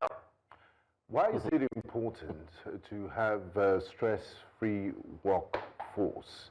The Spanish, for example, observe siesta every day. They take time off during lunch hour to Chinese as well. And recharge. And oftentimes in Nigeria, if you're sleeping, if you don't wake up at 4 a.m., 3 a.m., I don't know why we just like to celebrate suffering. You think you're working hard. I remember when I was on radio, I had a conversation like this, and somebody said, please, I don't need leave. Leave is for lazy men. Let them give me my money. Let's monetize it. It's like Daniel said, no sleep, wake up, collect your exactly, collect your money and things like that. We celebrate. You want to get your passport, you go to the passport office at 5 a.m. You start queuing, you go to the airport. There must be stress. If there's no stress, then there's no reward. We feel the commensurate stress will produce the reward. And it's a mentality a lot of Nigerians have, that, you know, people have to go through suffering. Why is it important for a workforce to be stress-free and energized? How much does it contribute to overall productivity? Okay, so first things, you mentioned China. And if we're to go by China's work rates and level of China's technological advancement, you can understand why they would provide even beds in the office, because most people are working. There's a video I saw recently of a lady in China who was obviously depressed because she sleeps and wakes up in the office.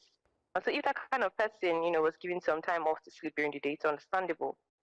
But in a place like Nigeria, where a lot of things are still, you know, we still run like, you know, analog computers in certain areas.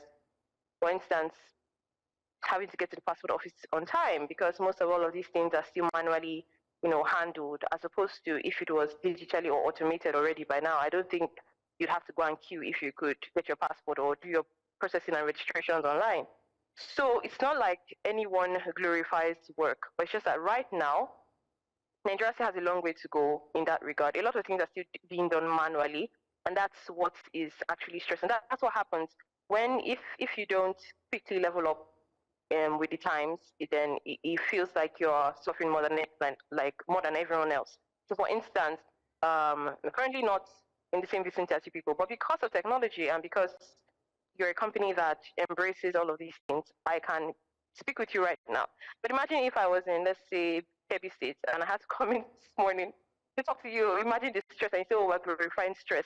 So it's just a matter of the fact that most of these industries, and most of these parts of work where you have to, you know, stress out yourself and all of that, is majorly tied to not, you know, embracing the new updates and developments in the world right now. So for instance, when you explain the passport office and all of that, although I know that right now certain changes have been made in how all of these things are handled to reduce how much stress people go through, because my own passport experience was also equally terrible, but because you would not expect that in a nation like this, we should still be operating manually like that.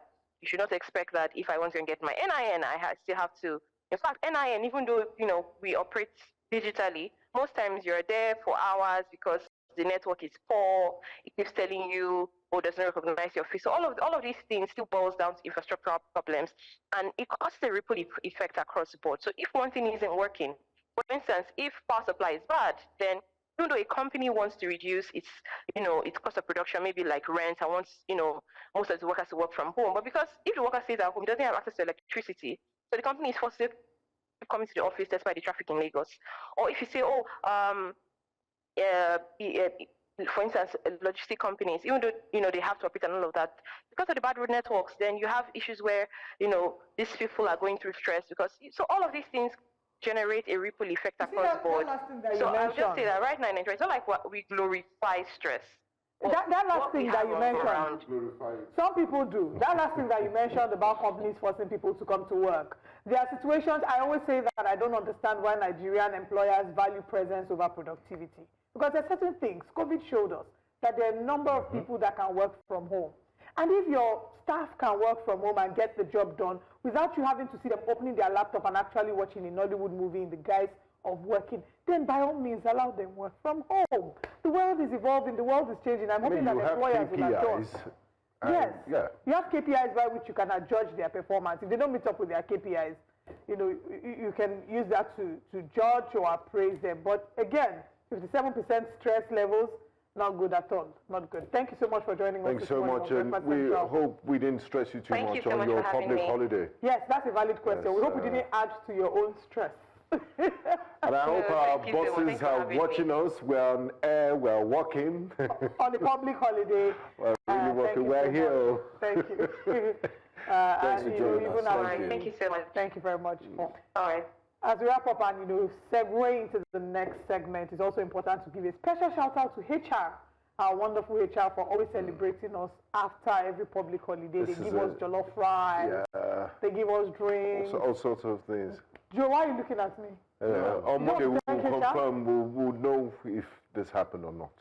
Thank you so much, HR. Especially from like the last Easter holiday that they promised us rice and they really gave us a lot of rice. Thank you so much, HR.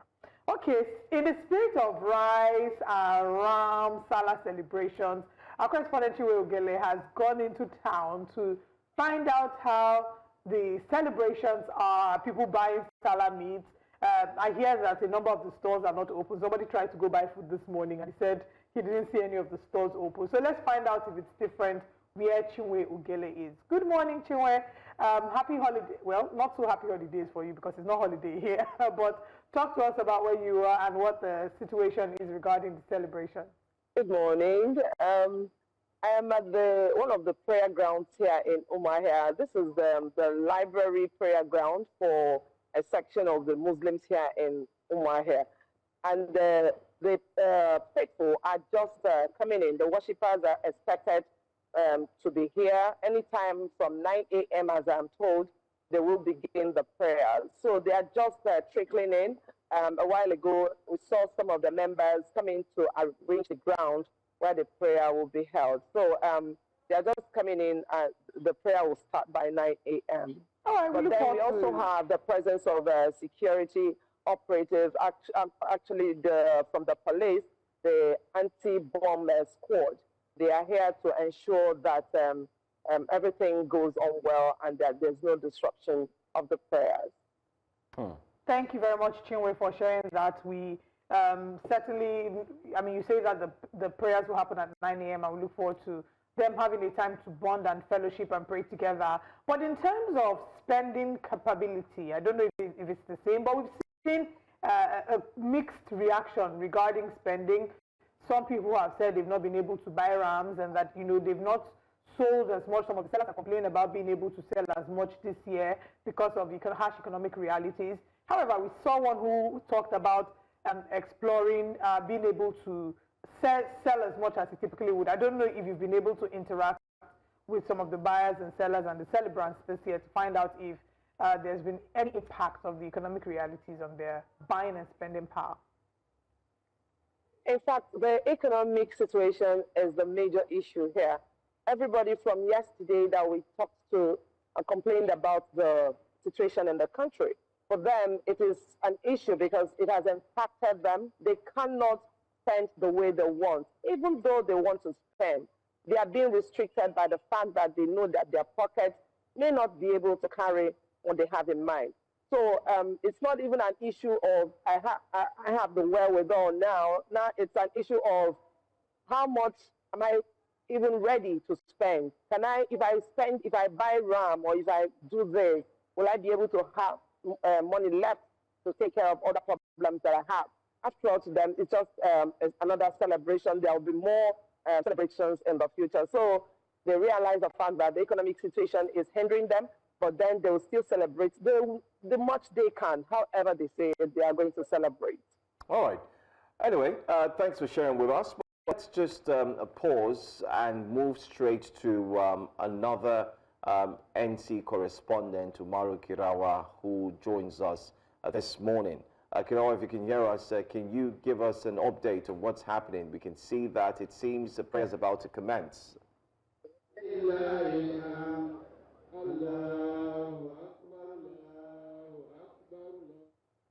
We can't hear you, Umaru Kirawa. Your audio seems out.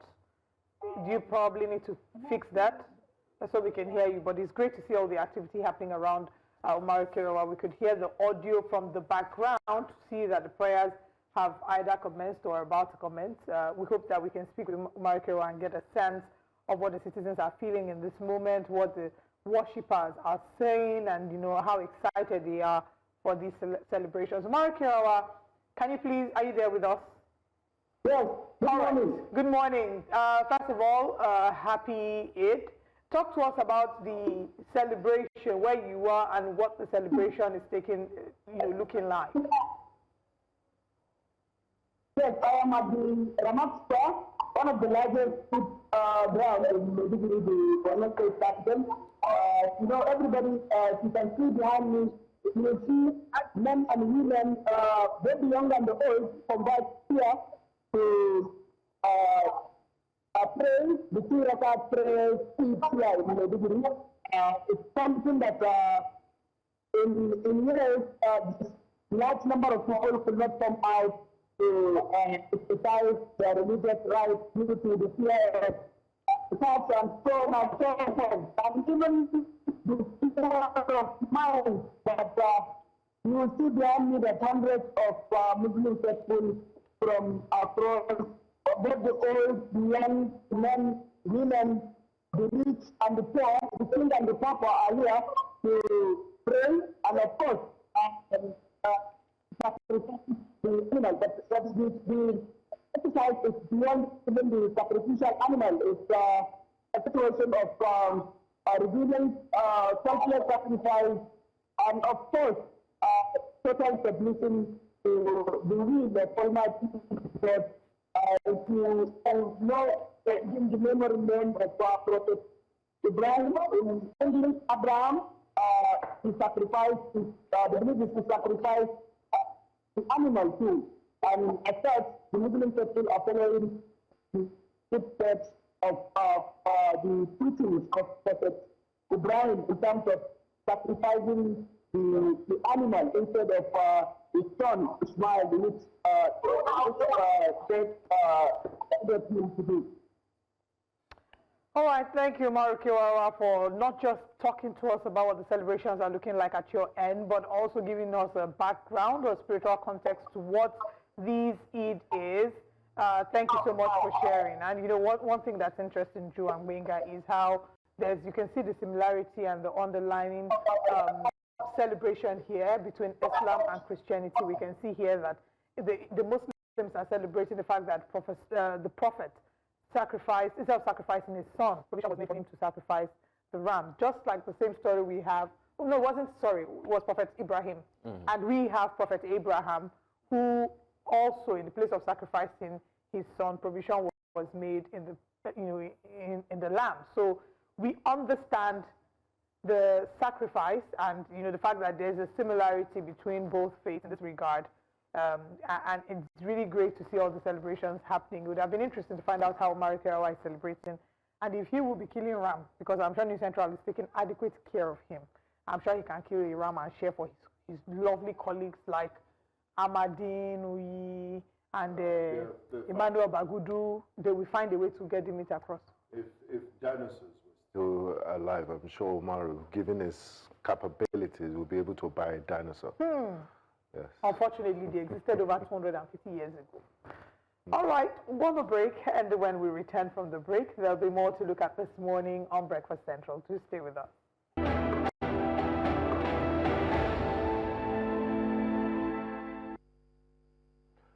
You're welcome back to Breakfast Central. Today, the special day as Muslim faithfuls around the world celebrate Eid-el-Adha. We've been to Umuahia. We've also been to Maiduguri, where we spoke to our correspondent, Umar Kirawa. It's now time for us to touch base with our correspondent here in Lagos, the commercial capital, to give us a feel of how Lagosians are celebrating this year's Eid. Joining us live is Bernard Akede. Good morning to you, Bernard. Please, can you keep us up to date with where you are and what you've experienced so far this morning? All right, Benga, Joe, Olive, Barka de Sallah to everyone. All of us, everyone watching us from home and everywhere. We are at Northern Barracks in Ikoyi or Balende area of Lagos, and this prayer ground is where the president himself will be celebrating Eid, will be observing his prayers. And so, like you would expect, security is extremely tight. It's so tight we can hardly move. As a matter of fact, there's a limit to which we can smile because of how tight security is. Now this, we are under a marquee here. Originally this would have been an open prayer ground, as a matter of fact. This is where we were during the close of fasting. But because the president is here, I believe is why this marquee has been mounted. If you look around now, or rather if you look around now, you'll see that some people have been allowed in and they are seated on the rug awaiting the arrival of the president. Some prayers have started as we await the president's arrival. Women are sitting behind, men are in front. Some dignitaries have already begun to arrive. We've seen, if I'm not mistaken, the former governor of Lagos State, Sallah. I think I've also seen the head of service talk about Mr. Abu, who is equally young. Now that, I call it semicircle or circle, where you have some people seated and well, you may not be able to see it. There's a circle in the center there where some people are seated, and then the religious leaders will be saying their prayers. I also want to believe that the president will be seated there. Also, I'm of the opinion, or I do want to believe that at some point, when the marquee has been filled to a certain capacity, the security operatives will stop allowing people come in, and then they will now begin to occupy canopies that are outside. But beyond that, the streets of Yola Road in Ikoyi here are filled with Muslim faithful going to one mosque or the other, where they will be able to celebrate the Eid festivities. And added to that, of course, we have heavy security presence made up by officers of the DSS, the Nigerian Army, the police, civil society, road safety, and every other person that can be in uniform standing all along our way, all the way down. And thank you for bringing us that update. In the shot, when the camera panned away from you, I could see the current Deputy Governor of Lagos State, Dr. Obafemi Hamzat. I think I also saw the former Governor of Lagos State there as well. So we're waiting for the arrival of the President, which I'm hoping that you can capture. And if this happens before the end of the show, we'll look forward to connecting with you. How long do you think these activities and celebration will last? And, you know, are there expectations for item 7 after the prayers?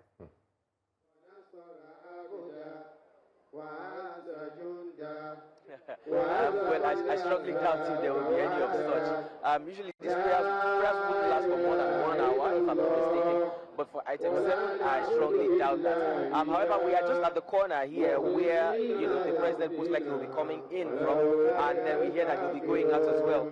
So we've been told that on his way out, he will be directed towards this area where we would have the opportunity to hopefully speak with him and get to ask him 1 or 2 questions, not more than 2, and then he will be ushered out. But again, Olive White at 7, I hope so, but I strongly doubt it. Anyway, I'm asking because if there's any opportunity for item 7, as our wonderful colleague, do well to bring some for us here so that we can all feast together as one big happy family. But thank you so much, Bernard, for bringing us updates from, you know, the prayer ground.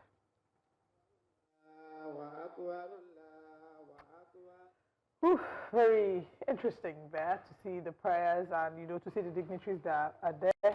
Looking forward to the arrival of the president, and if that happens before the end of the show, we hope that we can reconnect with Bernard and then, you know, get to be a part, feel like we're a part of the celebrations and the prayers there. Olive, have you had breakfast today? I haven't. You can tell that I'm hungry. Are you interested in hosting food questions? A culinary show so we can talk to management to give you the Olive Amodi cooking experience? That would be wonderful, actually. What are some of the delicacies you know how to make? I can make, well, I can't say almost anything, but like Nigerian meals. As a patriotic Nigerian, you should be able to make food from different parts. So, well, I can't like Joe here can make food from 774 local governments. Well, Joe that have not finished boiling water or boiling egg. Joe gives off the vibe of someone that don't know how to even boil egg. Yeah, he's too sophisticated. Joe, can you cook?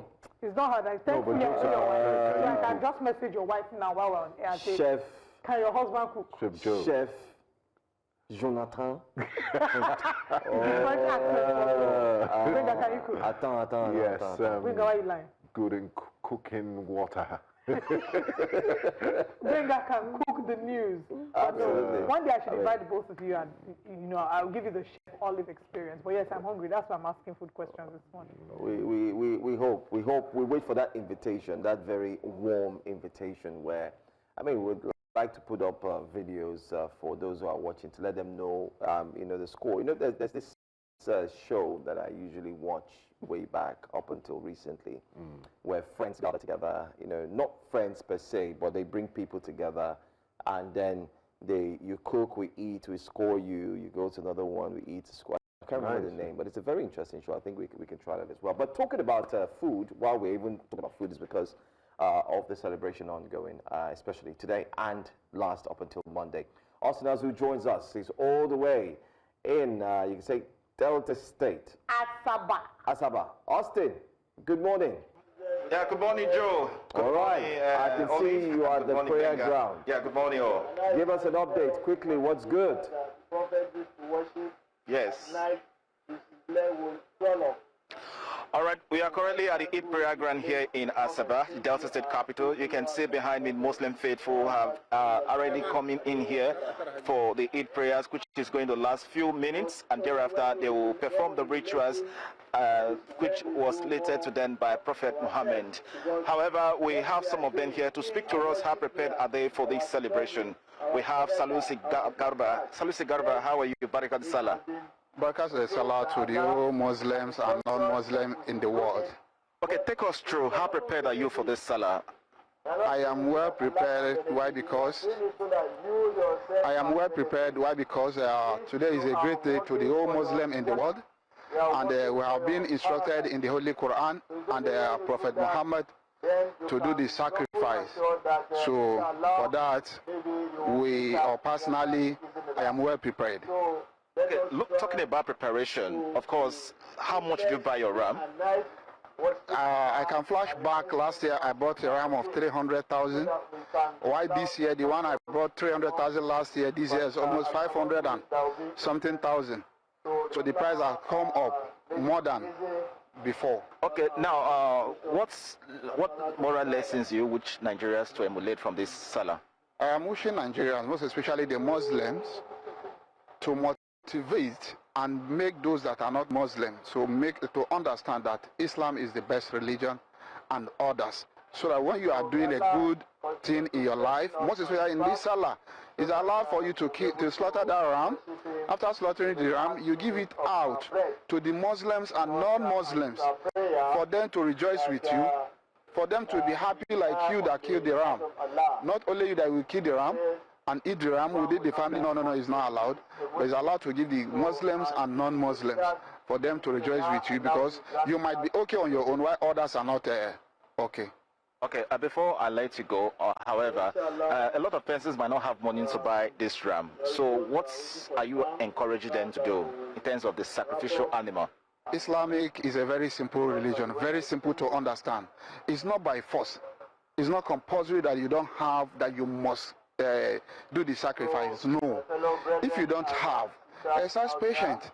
And it's not allowed for you to go and borrow money from somebody, or to go and borrow money. Let me kill this ram. At the end of the day, I will pay. No. It's not allowed Islamically. If you are capable to do, you go ahead. If you are not, then you exercise patient. Maybe by next year, you can plan yourself very well. If God bless you with that, then you go ahead and slaughter. Okay, thank you. Just stay here. All right, we have Idris to talk to us. Idris, happy Salah. Happy Salah, my people. Okay, how prepared are you for this Salah? Well, we thank God we are alive, we are healthy, and we thank God Allah make it possible today that we are here today to celebrate Eid-el-Kabir. Is it compulsory for any Muslim to slaughter a ram? Yeah, it's compulsory if you are capable. It depends on your capability. If you are capable, you slaughter. If you are not capable, it's not by force for any Muslim to slaughter the ram. Okay, just a minute, stay here. Okay, sir, what are the significance of this Eid-el-Kabir celebration? The significance is for we to leave our house, to come to the prayer ground and pray 2 rakat, and go back to the house. Then you now slaughter your ram, being a sacrifice. When you slaughter the ram, then there is a part of the ram that is allowed for you to eat first, which is the liver or any other of the intestine. Then you now started giving out to other persons that did not slaughter, not those that slaughtered their own, being a friend or family friend or something of that nature. You start giving them again. No, you are giving it to those that did not slaughter their own, or they don't have a privilege to do that one. So you have to give them. Idris, what kind of ram are we expected to slaughter? Very big ram that have big hole. Very big ram. If you are capable, you slaughter a big one, because we have proposed of slaughtering the big ram. If you slaughter big ram, it's one of our what Islam require. If you have more power, you slaughter big one for the purpose of Islam. Okay, what kind of prayers expected to be said at the Eid prayer ground here? Subhanallah, walhamdulillah, wa la ilaha illallah, Allahu Akbar, wa lillahi alhamd today. Can you translate? Subhanallah, all praise is due to Allah. We praise Him, implore His help, seek His forgiveness and guidance, take refuge with Him against our own evil and sinful acts. He who Allah guide aright, there is none to lead astray. He whom Allah lead astray, there is none to guide aright. So that's it. All right, the world is seeking for peace at the moment. In what area do you think Muslims can contribute to the peaceful development or coexistence in their local communities, particularly here in Delta? Particularly here, most especially, most of us were born and brought up here in Asaba, Delta State. Our grandfather was here in Asaba for 1886. So the years is very big.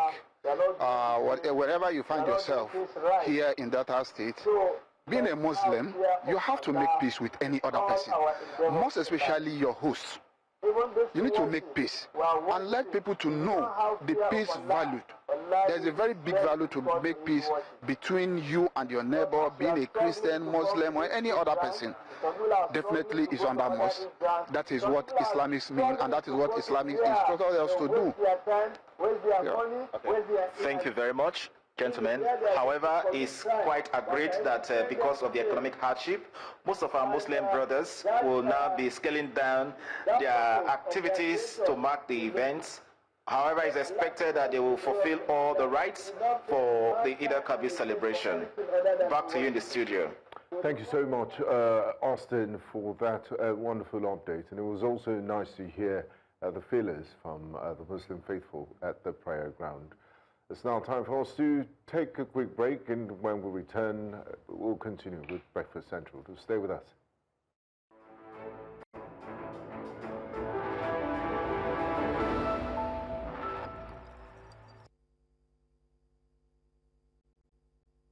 Headlines. I am Benga, a borrower. We begin the news in Yola, particularly at the Sohontasha Kasua Dabobi Ram Market in Yola South Local Government area. Buyers are finding it increasingly difficult to maintain traditional practices due to soaring prices. News Central reports that what was once a vibrant market bustling with activity has seen a noticeable decline in patronage. Many residents who previously purchased 2 or 3 rams for the Eid sacrifice are now managing to afford only one, if any at all. A handful of determined buyers were seen negotiating with sellers, hoping to secure a ram to fulfill the religious obligation of sacrifice during the Eid celebration. The last year, price of ram is different with this year. But last year, the ram is more cheaper than this year. Well, even now, it's not cost than people can send inside the town. Meanwhile, Muslim faithful in Niger State are heading into low-key celebrations in line with the directive by Governor Umar Bago to honor victims of the recent flood in Mokwa local government area. In a statement issued by Abubakar Usman, secretary to the Niger State government, Bago directed low-key Eid-el-Kabir celebrations in the Emirates across the state. The Niger State governor suspended Hawan Bariki, Durbab, and other Sallah-related activities. ensuring effective port operations, enhanced security and entrenching transparency during port operations have taken center stage as the leadership of the Nigerian Shippers Council meet with the Inspector General of Police, Kayode Egbetokun, in Abuja. The Chief Executive Officer of the Council, Akuta Ukeyima, appealed to the Police Inspector General for more personnel to join their operations with sister agencies, saying that this will support monitoring and enforcement operations across several ports of the country. Ukeyima expressed confidence that the collaboration will strengthen compliance and transparency at the ports, ensuring seamless operations.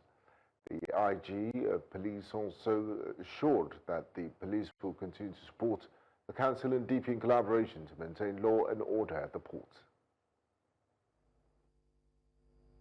We want to request the IG to release or post some police officers to support our monitoring and enforcement teams across the ports locations like Lagos, Warri, Port Harcourt, One and Calabar. This will help us in terms of our port surveillance, monitoring and deployment of joint enforcement teams together with the Nigerian Police Force and other government security agencies. We must collaborate and furthermore have some purposeful collaboration and strengthening of our regulatory compliance and transparency in this port sector. I also want to assure you that we are going to contribute adequately to the joint task team that you mentioned, and we will provide you with all necessary support to ensure that you continue to do well in your job and continue to deliver on your mandates. We have been collaborating in the areas of security. We've been supporting you by providing security for your operations, and I want to assure you that we are still committed to this support that we have been giving you. We are committed to deepening our partnership and collaboration with you. We will continue to support your enforcement and compliance efforts. The Department of State Services, DSS, has asked the Federal High Court in Abuja to restrain a politician and public intellectual, Professor Partitomi, from making public comments or staging rallies to promote his shadow government. In a fresh application brought before the court, the Secret Service alleged that it became aware by intelligence reports that Professor Partitomi, who is out of the country and is due to return on the 6th of June, plans to stage road shows and rallies, which it fears could lead to public discontent against President Bola Ahmed Tinubu's administration. In Libya, residents of Tripoli have expressed fears of renewed clashes between armed groups controlling different parts of the capital as they prepare to celebrate the Muslim holiday of Eid-el-Kabir. Despite a surface calm following recent intense fighting sparked by the killing of a militia leader, underlying tensions remain high. The city has witnessed heavy gunfire and urban warfare in key neighborhoods, leading to school closures and calls for residents to stay indoors for safety. Although a ceasefire was ordered by the government, the fragile security situation continues to cast a shadow over Tripoli, leaving many residents anxious about the possibility of further outbreaks of violence during the holiday period. يعتبر الوضع طبيعي الآن بقرب حلول عيد الأضحى المبارك. الناس تقضي في حوائجها، ولكن يوجد تخوف من بعد العيد. ماذا يوجد بعد العيد؟ هل ستتجدد الاشتباكات من أول وجديد أو لا؟ يعني أمس هو بشكل عام لازال ينتاب المواطن الليبي في طرابلس قلق وتوتر بصراحة. يعني الوضع مش واضح الأمور، بالرغم أن احنا نشوفه في الحياة الطبيعية، ولكن بالمقابل لازالت الأمور مش واضحة لنا. يعني ما فيش حتى رسائل يعني طمأنة من الحكومة نفسها. يعني ظاهريا قد يكون هناك هدوء، ولكن أن الأمور عادت إلى طبيعتها لا أعتقد ذلك، لأن الناس لا زالت تخشى من تجدد الاشتباكات في أي وقت، لأن المشكلة التي حدثت بسببها هذه الاشتباكات لم تنتهي بعد. Now some sad news. Former Zambian President Edgar Lungu has died at the age of 68 in Pretoria, South Africa, where he had been receiving specialized medical treatment. His daughter Tassilia Lungu confirmed his passing, stating that he had been under medical supervision in recent weeks.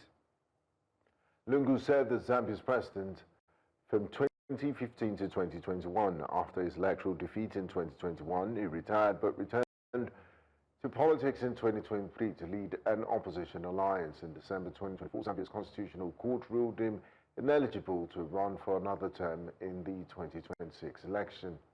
Known for his significant infrastructure projects, Lungu's tenure was also marked by economic challenges, including Zambia's default on international debt in 2020.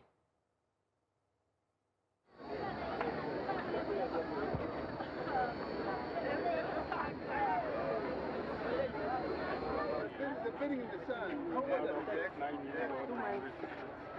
2 months. What is 6?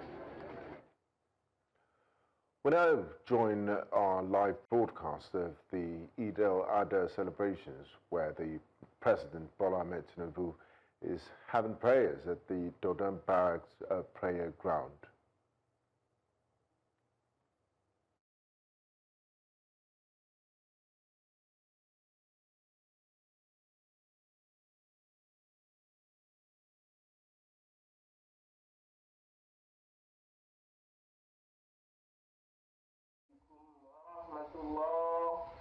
Assalamu alaikum wa rahmatullah.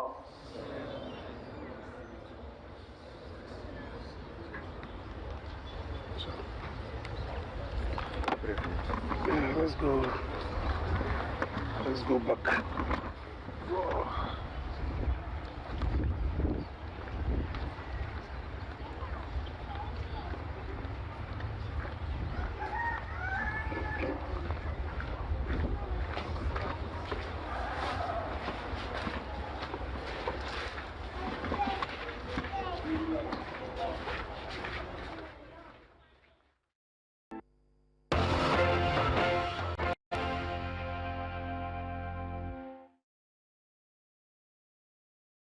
Welcome back to Breakfast Central. Time for the front pages. We have public affairs analysts and the one who definitely you can refer to as editor-in-chief. Most definitely the one who's outspoken, and many have attributed to him as the force of Nigeria's political analysis. You see, I'm forced to be. I'm just adding more. Welcome, Mr. Kitchen. Mr. Amici is just side eye. Yeah, like why all this hype? Bombastic side eye. Yes, like those boys that help you to pack. Yes. Binga, why are you going to with this? Welcome, sir. Good to have you. Joe, how are you? Not bad. We had to pull you out in this holiday. We're sorry about that. Yes, Baraka de Sallah. Thank you. Baraka de Sallah. The Sallah boy started to Baraka on our side. So I asked Nabenga if he can spare me some Sallah ram meat. I can describe where you could get meat from. Around the governor's office, there's a Ikeja City Mall. Just walk into the shop there, you go to the butchery section and purchase some meat. Okay. You are being unfair. I mean, if I can't provide, I can lead you to where you can get. Anyway, welcome. Let's take a look at the papers for today. We're looking at the Tribune, Daily Trust, The Guardian, and you can be part of it. I want to say thank you to our callers yesterday. We did have very, very concise, and I'd say very intellectual callers yesterday, where they had broken down some of the stories and how they saw it. So, I mean, you're welcome. It's holiday, and we know you're watching us from home. That's a possibility. Well, let's take a look at the Tribune, our very first paper this morning, and see what it says, as we have our in-house analyst as well that will be doing justice to it. But you see, we just talked about the Tribune, and what you have, first of all, is what it is. That picture, that major picture, is repeated. Yes. The one talking about the project that the Honorable the FCT basically welcoming the president to commission projects for 17 days. It was on the paper's front page yesterday. Today again, it's on the front page. The commissioner of Mr. Project himself is working. So and it draws a list. It draws a list. On the right, you can see that, but it's quite small. We'll leave that. So, Mr. President is going to be very busy after his holiday rest. Very busy. But let's look at some other stories. We must control illicit arms to defeat terrorists, NSA says, as federal government destroys over 3,867 illegal weapons. Ooh. Bad leadership, biggest challenge against Nigeria's development, Wike says Tinubu capable of building Nigeria of our dreams. Eid-el-Kabir, don't lose hope, Tinubu tells Nigerians. As governors, reps, speakers, Atiku, others congratulate Muslims. I would really say there's nothing much to talk about here on the front that page of advertorial is taking most of the truth. Yeah, but let's move on to the next paper very quickly and see what we can find. I believe we should be looking at the Daily Trust newspaper. Absolutely. Yes. What do we have in front of the Daily Trust? Sallah. Travelers spend hours on Abuja Road. A major gridlock on the Abuja-Kaduna Highway yesterday caused many commuters traveling home for Sallah holiday to spend hours on the road. It was gathered that some passengers spent about 5 to 6 hours on the journey, which ordinarily should be about 2.5 hours. If you've ever been in one of these traffic situations, you will not want to wish that on your enemies. A terrible experience. And it also happened in some parts of the Lagos-Ibadan Expressway. There was a gridlock in some sections of that road. So I wonder why we have this from time to time. Maybe there was an accident, we don't know. The members of the Nigerian Federal Road Safety Commission will be able to give us details on that. Or you can get a copy of the Daily Trust newspapers. Life and Times of Professor Jibril Aminu is also there. Eid-el-Adha, Tinubu Atiku governors preach peace. And how 300 Nigerians died in 6 days. Army chief makes case for early voting for military personnel.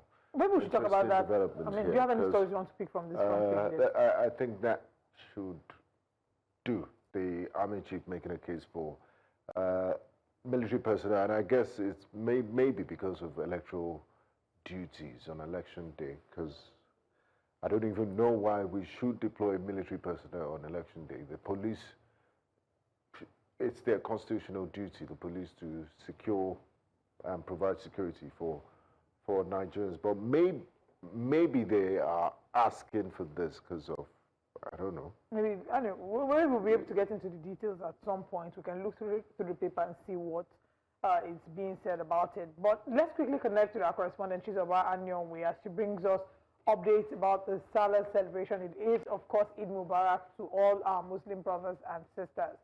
Chizoba, good morning. Thank you very much for joining us. What's the situation in Plateau? Talk to us about the celebration, the Sallah celebration. So I am here at the Cyber Mosque in Jos, the metropolis.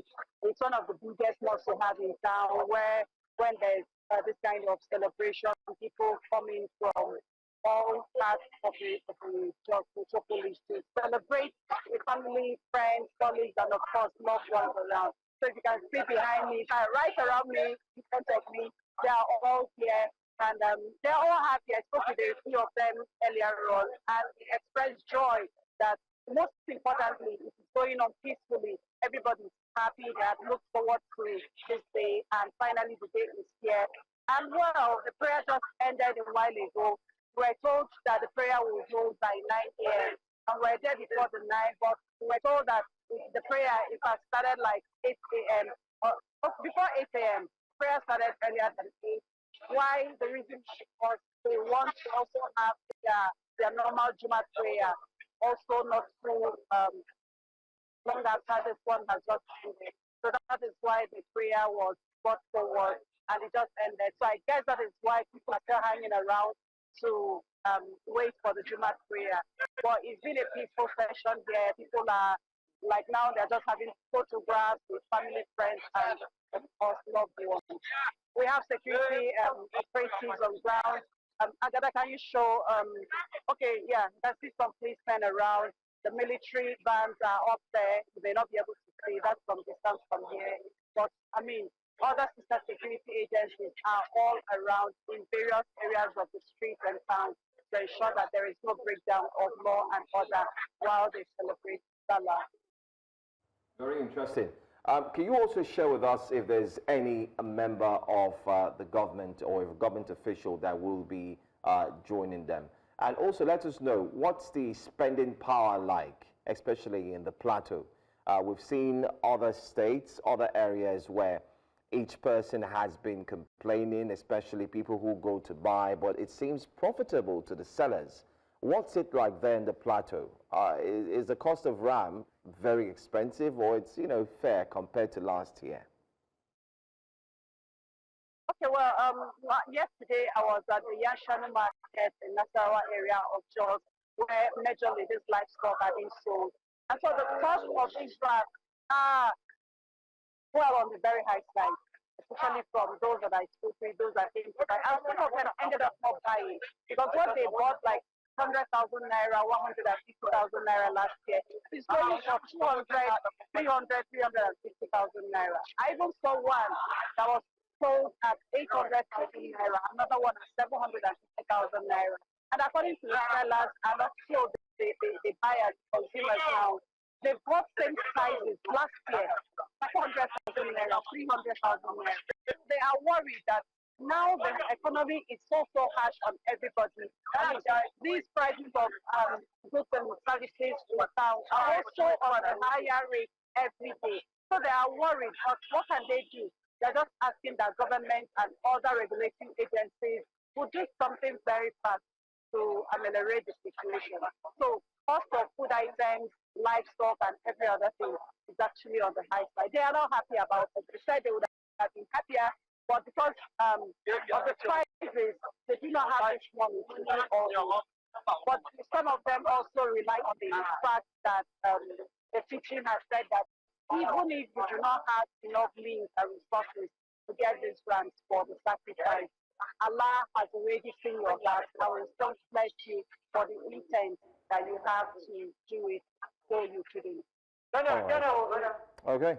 All right, Chizoba, thank you so much for sharing with us. We hope to circle back to you, especially in our subsequent programming. I'm sure maybe you get to equally join Jasiri and the likes. But thanks so much. I'm going to come back to the studio with our analyst, Ikechukwu. I mean, what do you make of the prices? We did talk to people in Abuja. They're complaining. Those who are buying are complaining. Ram went from what they got for 200 last year, 300, now looking at 600, 700, even up to 1.5. Well, I'm not too sure that anybody who knows what is going on in the country should be surprised. Even to buy a chicken now, you may well have almost 50,000 naira to buy a chicken. So it all comes down to the devaluation of the naira. Since Bola Ahmed Tinubu took office as the president of Nigeria, I think the value of the naira has been devalued up to 250%.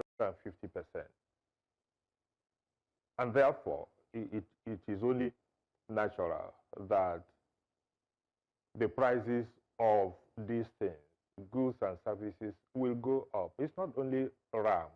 You can't also buy a cow now. You can hardly get a cow of 1,000 of 1 million naira. It is not as if that the prices, you can only feel the impact if you are buying in naira, which unfortunately is our local currency. But it is because of the devaluation, like I said, when President Bola Ahmed Tinubu took over office, naira was exchanging about 500 naira to $1. Today it is 1,500, 1,600 naira to $1.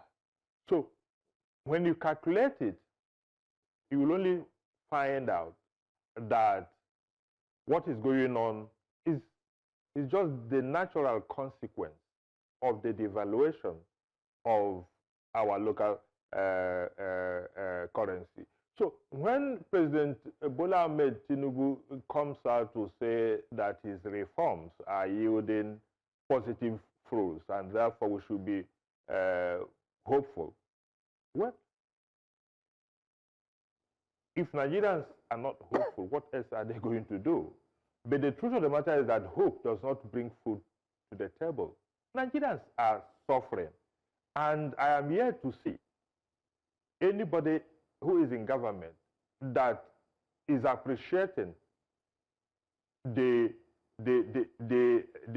hardship Nigerians are facing on a daily basis. And if nothing is done to rein in this runaway inflation that we have, if we go to next year Sallah, this ram will be costing over 1 million. It's already 1.5 million. For the bigger ones. For the bigger ones, already 1.5 million. So there is nothing. So when the president comes out on Sallah Day or in his Sallah message to gaslight citizens who are groaning and promising that tomorrow is going to be better, how is it going to be better? Is it that the value of the naira? And to make matters worse, is that even the money is not there. People don't have the cash to do things. So you have a runaway inflation, a hyperinflation, and the purchasing power of the people is almost zero. So I'm not too sure. You know, I asked this question, I think it was last week, that the only way to assess this government, because the primary responsibility of every government, which is also enshrined in our 1999 Constitution, is the welfare and security of the people. If you take that away, the government has no reason to exist. Now, the question to ask is that, is there any Nigerian who, in all honesty, will say, except for the few people who are in government, that any ordinary Nigerian who will say that he is better off today than he was 2 years ago? The answer is no. Politicians are busy playing politics, but the people are groaning, and it is not getting better. It's not getting better. In terms of health care services, those who are sick can't even get good quality care because they can't afford the price of drugs. People are withdrawing their children from schools because of the high cost of education. And then you can't buy anything. I was discussing with somebody yesterday who told me that fresh tomatoes, about 5, will almost cost you 5,000. So how can people survive? In fact, the thing I wonder every day is, how are Nigerians surviving? How are Nigerians surviving? In other countries, if it were in these Asian countries, people resort to committing suicide. But of course, we are religious people, and we hope that tomorrow will always be better than today. So Amen. we continue trudging on, hoping that tomorrow will be better than today. But the government needs to help the people navigate the very serious situation, economic situation we are in today. All right. I mean, just to wrap up the front page of the Daily Trust before we move on to the Guardian, there are 2 stories I wanted to highlight there. Army chief makes case for early voting for military personnel. I'm sure that that's something that we're open to, because Benga had highlighted that before we went on the break. And that's because there's a bill apparently in the House that has passed second reading. And this bill is for early voting, so that essential workers like us, I mean, we complained about having not been able to Exactly, because you have to be on air covering it. So there's an early voting for essential workers like us to be a part of it. And the Army Chief is saying yes, he's definitely in support of that. But this report on how 300 Nigerians died in 6 days highlights what happened in Mokwa, Niger State, from the deadly floods to a fatal airstrike in Zamfara, and from rising flood waters in Rivers State to violent village raids in Benue.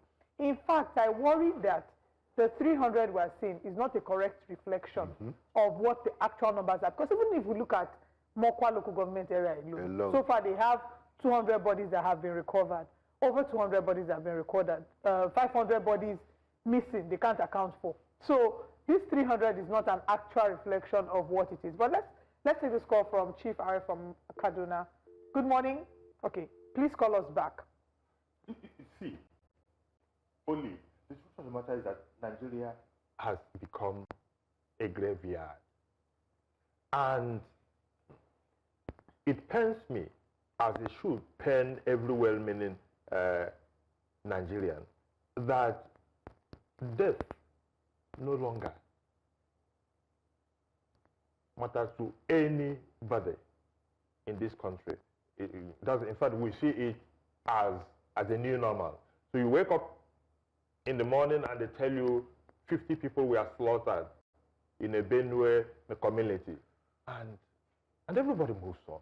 We're desensitized. It's almost like it's just statistics. Everybody moves on. You're talking about the Mokwa thing. Reports have it that more than 500 people are still missing. Yes. So the 200 casualty figure that they are giving now cannot be true. And you ask me, what is being done? What is being done in Benue State to mitigate, to stem the tide of all this mass slaughter of human beings? Where is the outrage? Okay, the Chief of Army Staff said that he has relocated to Makurdi. And what's the outcome? He'll be there for a few days before relocating back to Abuja. And he'll go back to Abuja. And the day he goes back to Abuja, perhaps 30 more people, or 50 more people, or 100 more people will be slaughtered. And we are moving about thinking that it does not matter. The president, look, I said this always, this is the only country where you see this number of people being slaughtered on a daily basis, and the president is junketing all over the place. We must get serious. We must get serious in this country. We're talking about FDIs, foreign direct investment. How can anybody in good conscience come in a country where there is no value for human life to invest? The people who are coming up are people who are coming within their portfolios, who are not interested in long-term investment that can revive and rejuvenate the economy. You see the president's spin doctors going all over the place and are telling us about $50 billion commitment or more. Where is it? Instead, businesses here are leaving because they can't stand the environment, the business, the political, and even the social environment, where life epitomizes what Thomas Hobbes said about life being short, brutish, and nasty. How nasty and brutish and short can a life be when you are sleeping and people will come out and slit your throat? Very gory picture being painted, but the reality of Nigerians. So we are, the government has not dented. The Tinubu government, despite all protestations to the contrary, has not been able to dent all the problems that they claim they were there before he came into office. Okay. And that should not be an alibi, because the essence of being in government is to solve problems. All right. So that if you are giving excuses every day that those problems were there and that before this man came, and so what? Okay, we'll still talk about some of these problems, and the Guardian will be the next paper that we're reviewing after the short break.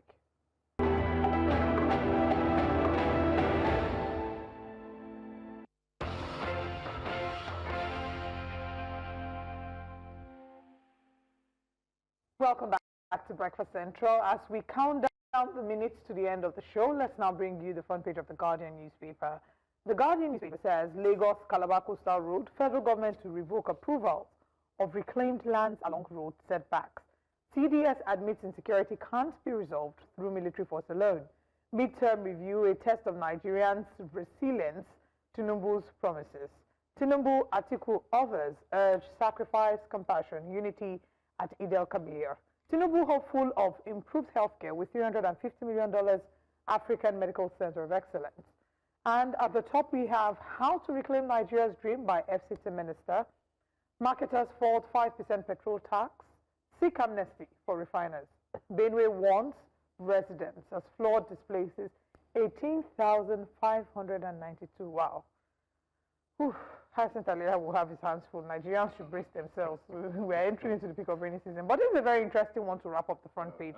Time to move. Akwa Ibom governor speaks on defecting from PDP. Now, Governor Umar Eno, seeing the handwriting on the wall. Yes, Governor Umar Eno has said, he's been very vocal about his support for President Bola Ahmed Tinubu, stating that President Bola Ahmed Tinubu will remain in office to 2031. I'm going to read and quote what he said. He says, and I quote, "We're progressively moving forward, linking Akwa Ibom to the center, and I know you are going with us.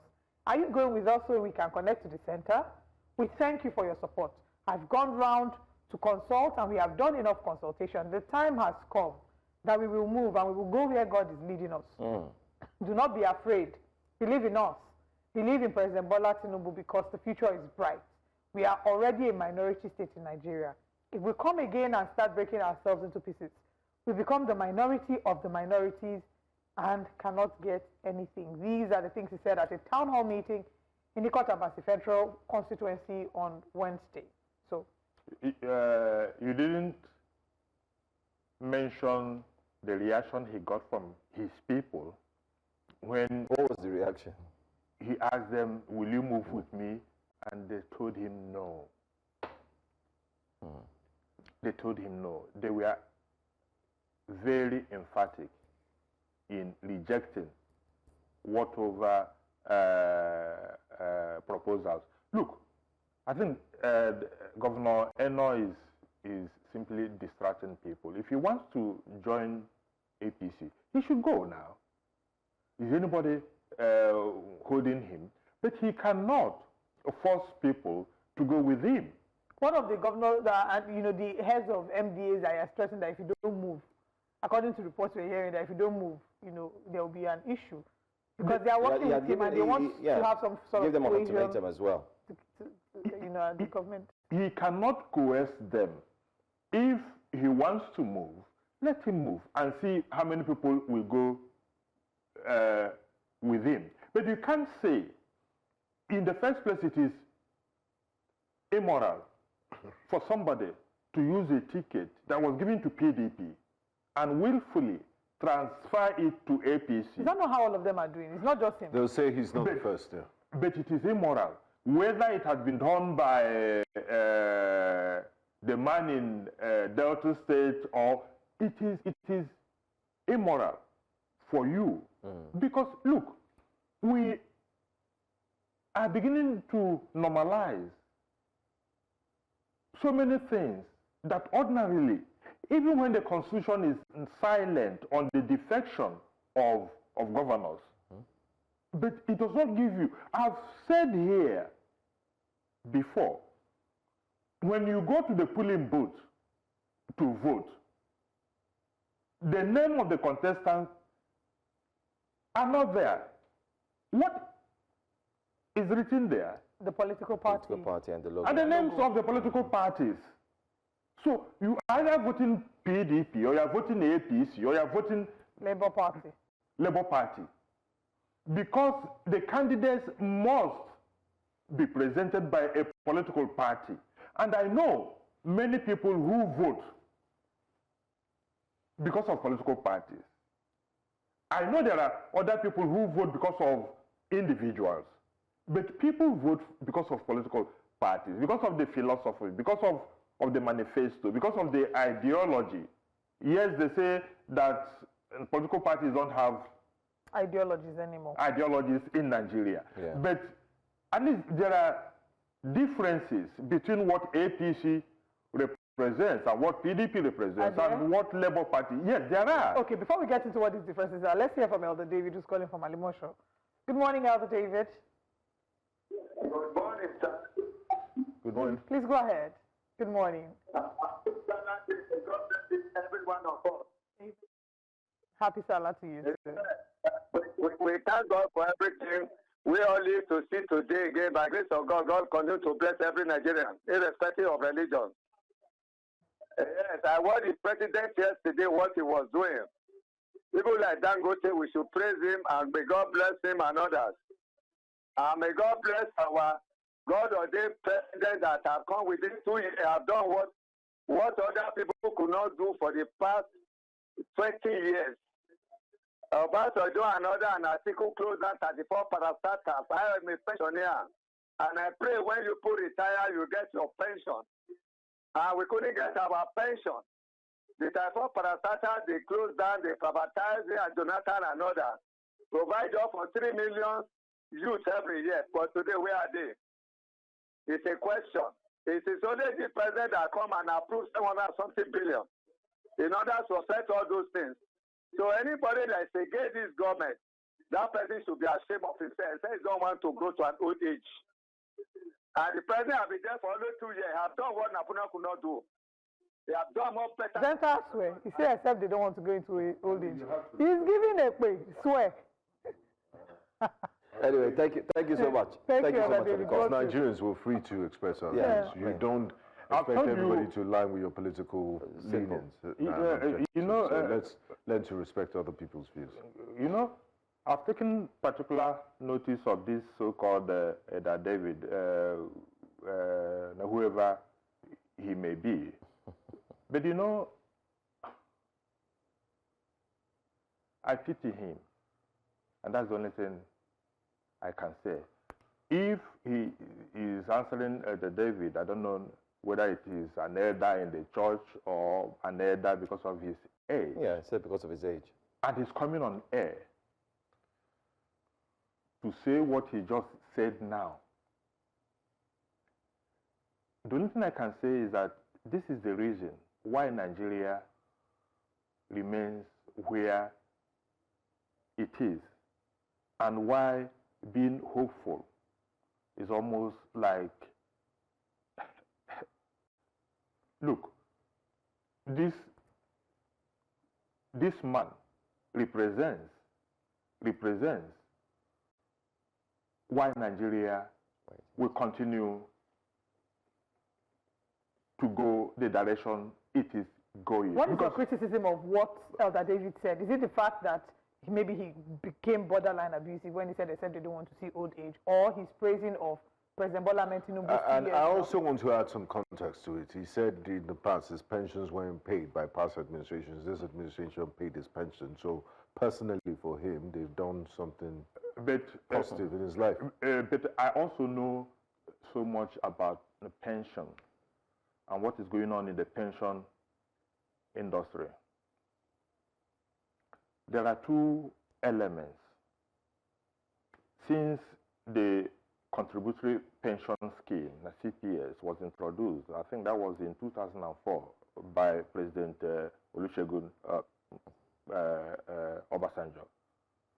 Because the former one, the defined pension scheme, there wasn't enough money. It was not cash funded. So they introduced the contributory pension scheme. Now, there are two aspects of this contributory pension scheme. There are the contributions people make every month, the deductions that are taken from their salary, and there is a counterpart funding by the government that if you put two of them together, I think the government contributes about 10% and the people contribute about 8%, so that is 18%. That's one side of that pension. There is another aspect, I've forgotten the name that it is called now. Before any pensioner is paid, the two must come together.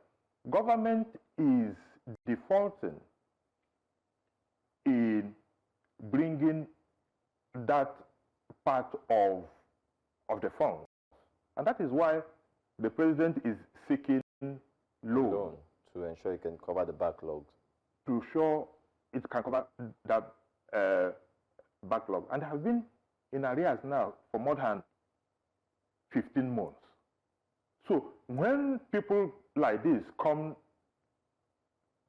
to gaslight us that his pension is not being paid, it is not true. But even if that is true, look, he said, who in this country can say that Tinubu has achieved in 2 years what all these other people did not achieve in 20 years? For crying out loud, even if you want to come out on television to lie, you should say sensible lies. Obasanjo took over. No matter how much you like or dislike Obasanjo, Obasanjo took over when Nigeria was down there. In 1999, Nigeria was a pariah nation. Crude oil was selling below $20 per barrel. Obasanjo, within 8 years, paid off all Nigeria's debt. Obasanjo brought the economy. In fact, it was during Obasanjo and Jonathan's era that the economy grew most. So, what are we talking about? But when people come out to make reckless statements like this so-called Eda David on television, you begin to ask yourself, what is the motive? Why are people doing this? Is he doing this because of ethnic solidarity? Or is he doing it because he gets anything from the government? All of us are Nigerians. There is no place. You can't drive to any filling station and they say, okay, if you are a Muslim, you buy differently. Or if you are from the southwest or from the north, you're going to buy differently. You go to the market, all of us are facing the whole thing. Can Elder David, in all honesty, claim that he's better off today than he was 2 years ago? At the end of the day, he's entitled to his own opinion and his own experiences. So he's probably speaking from his own end of the lens. The rest of you can share with us what your thoughts are. News Central TV live on YouTube. As we wrap up the show, we say Eid Mubarak to all our Muslim brothers and sisters, and we hope that the rest of the weekend is full of celebrations with families, friends, and loved ones. But we want to say thank you, Mr. Egbetokun, for always being here, joining us. Thank you to our callers, to all our guests. We'll see you again on Monday. Have a wonderful rest of the day. Always my pleasure. Now we hope Nigeria will get better. Amen. We hope it does. See you on Monday.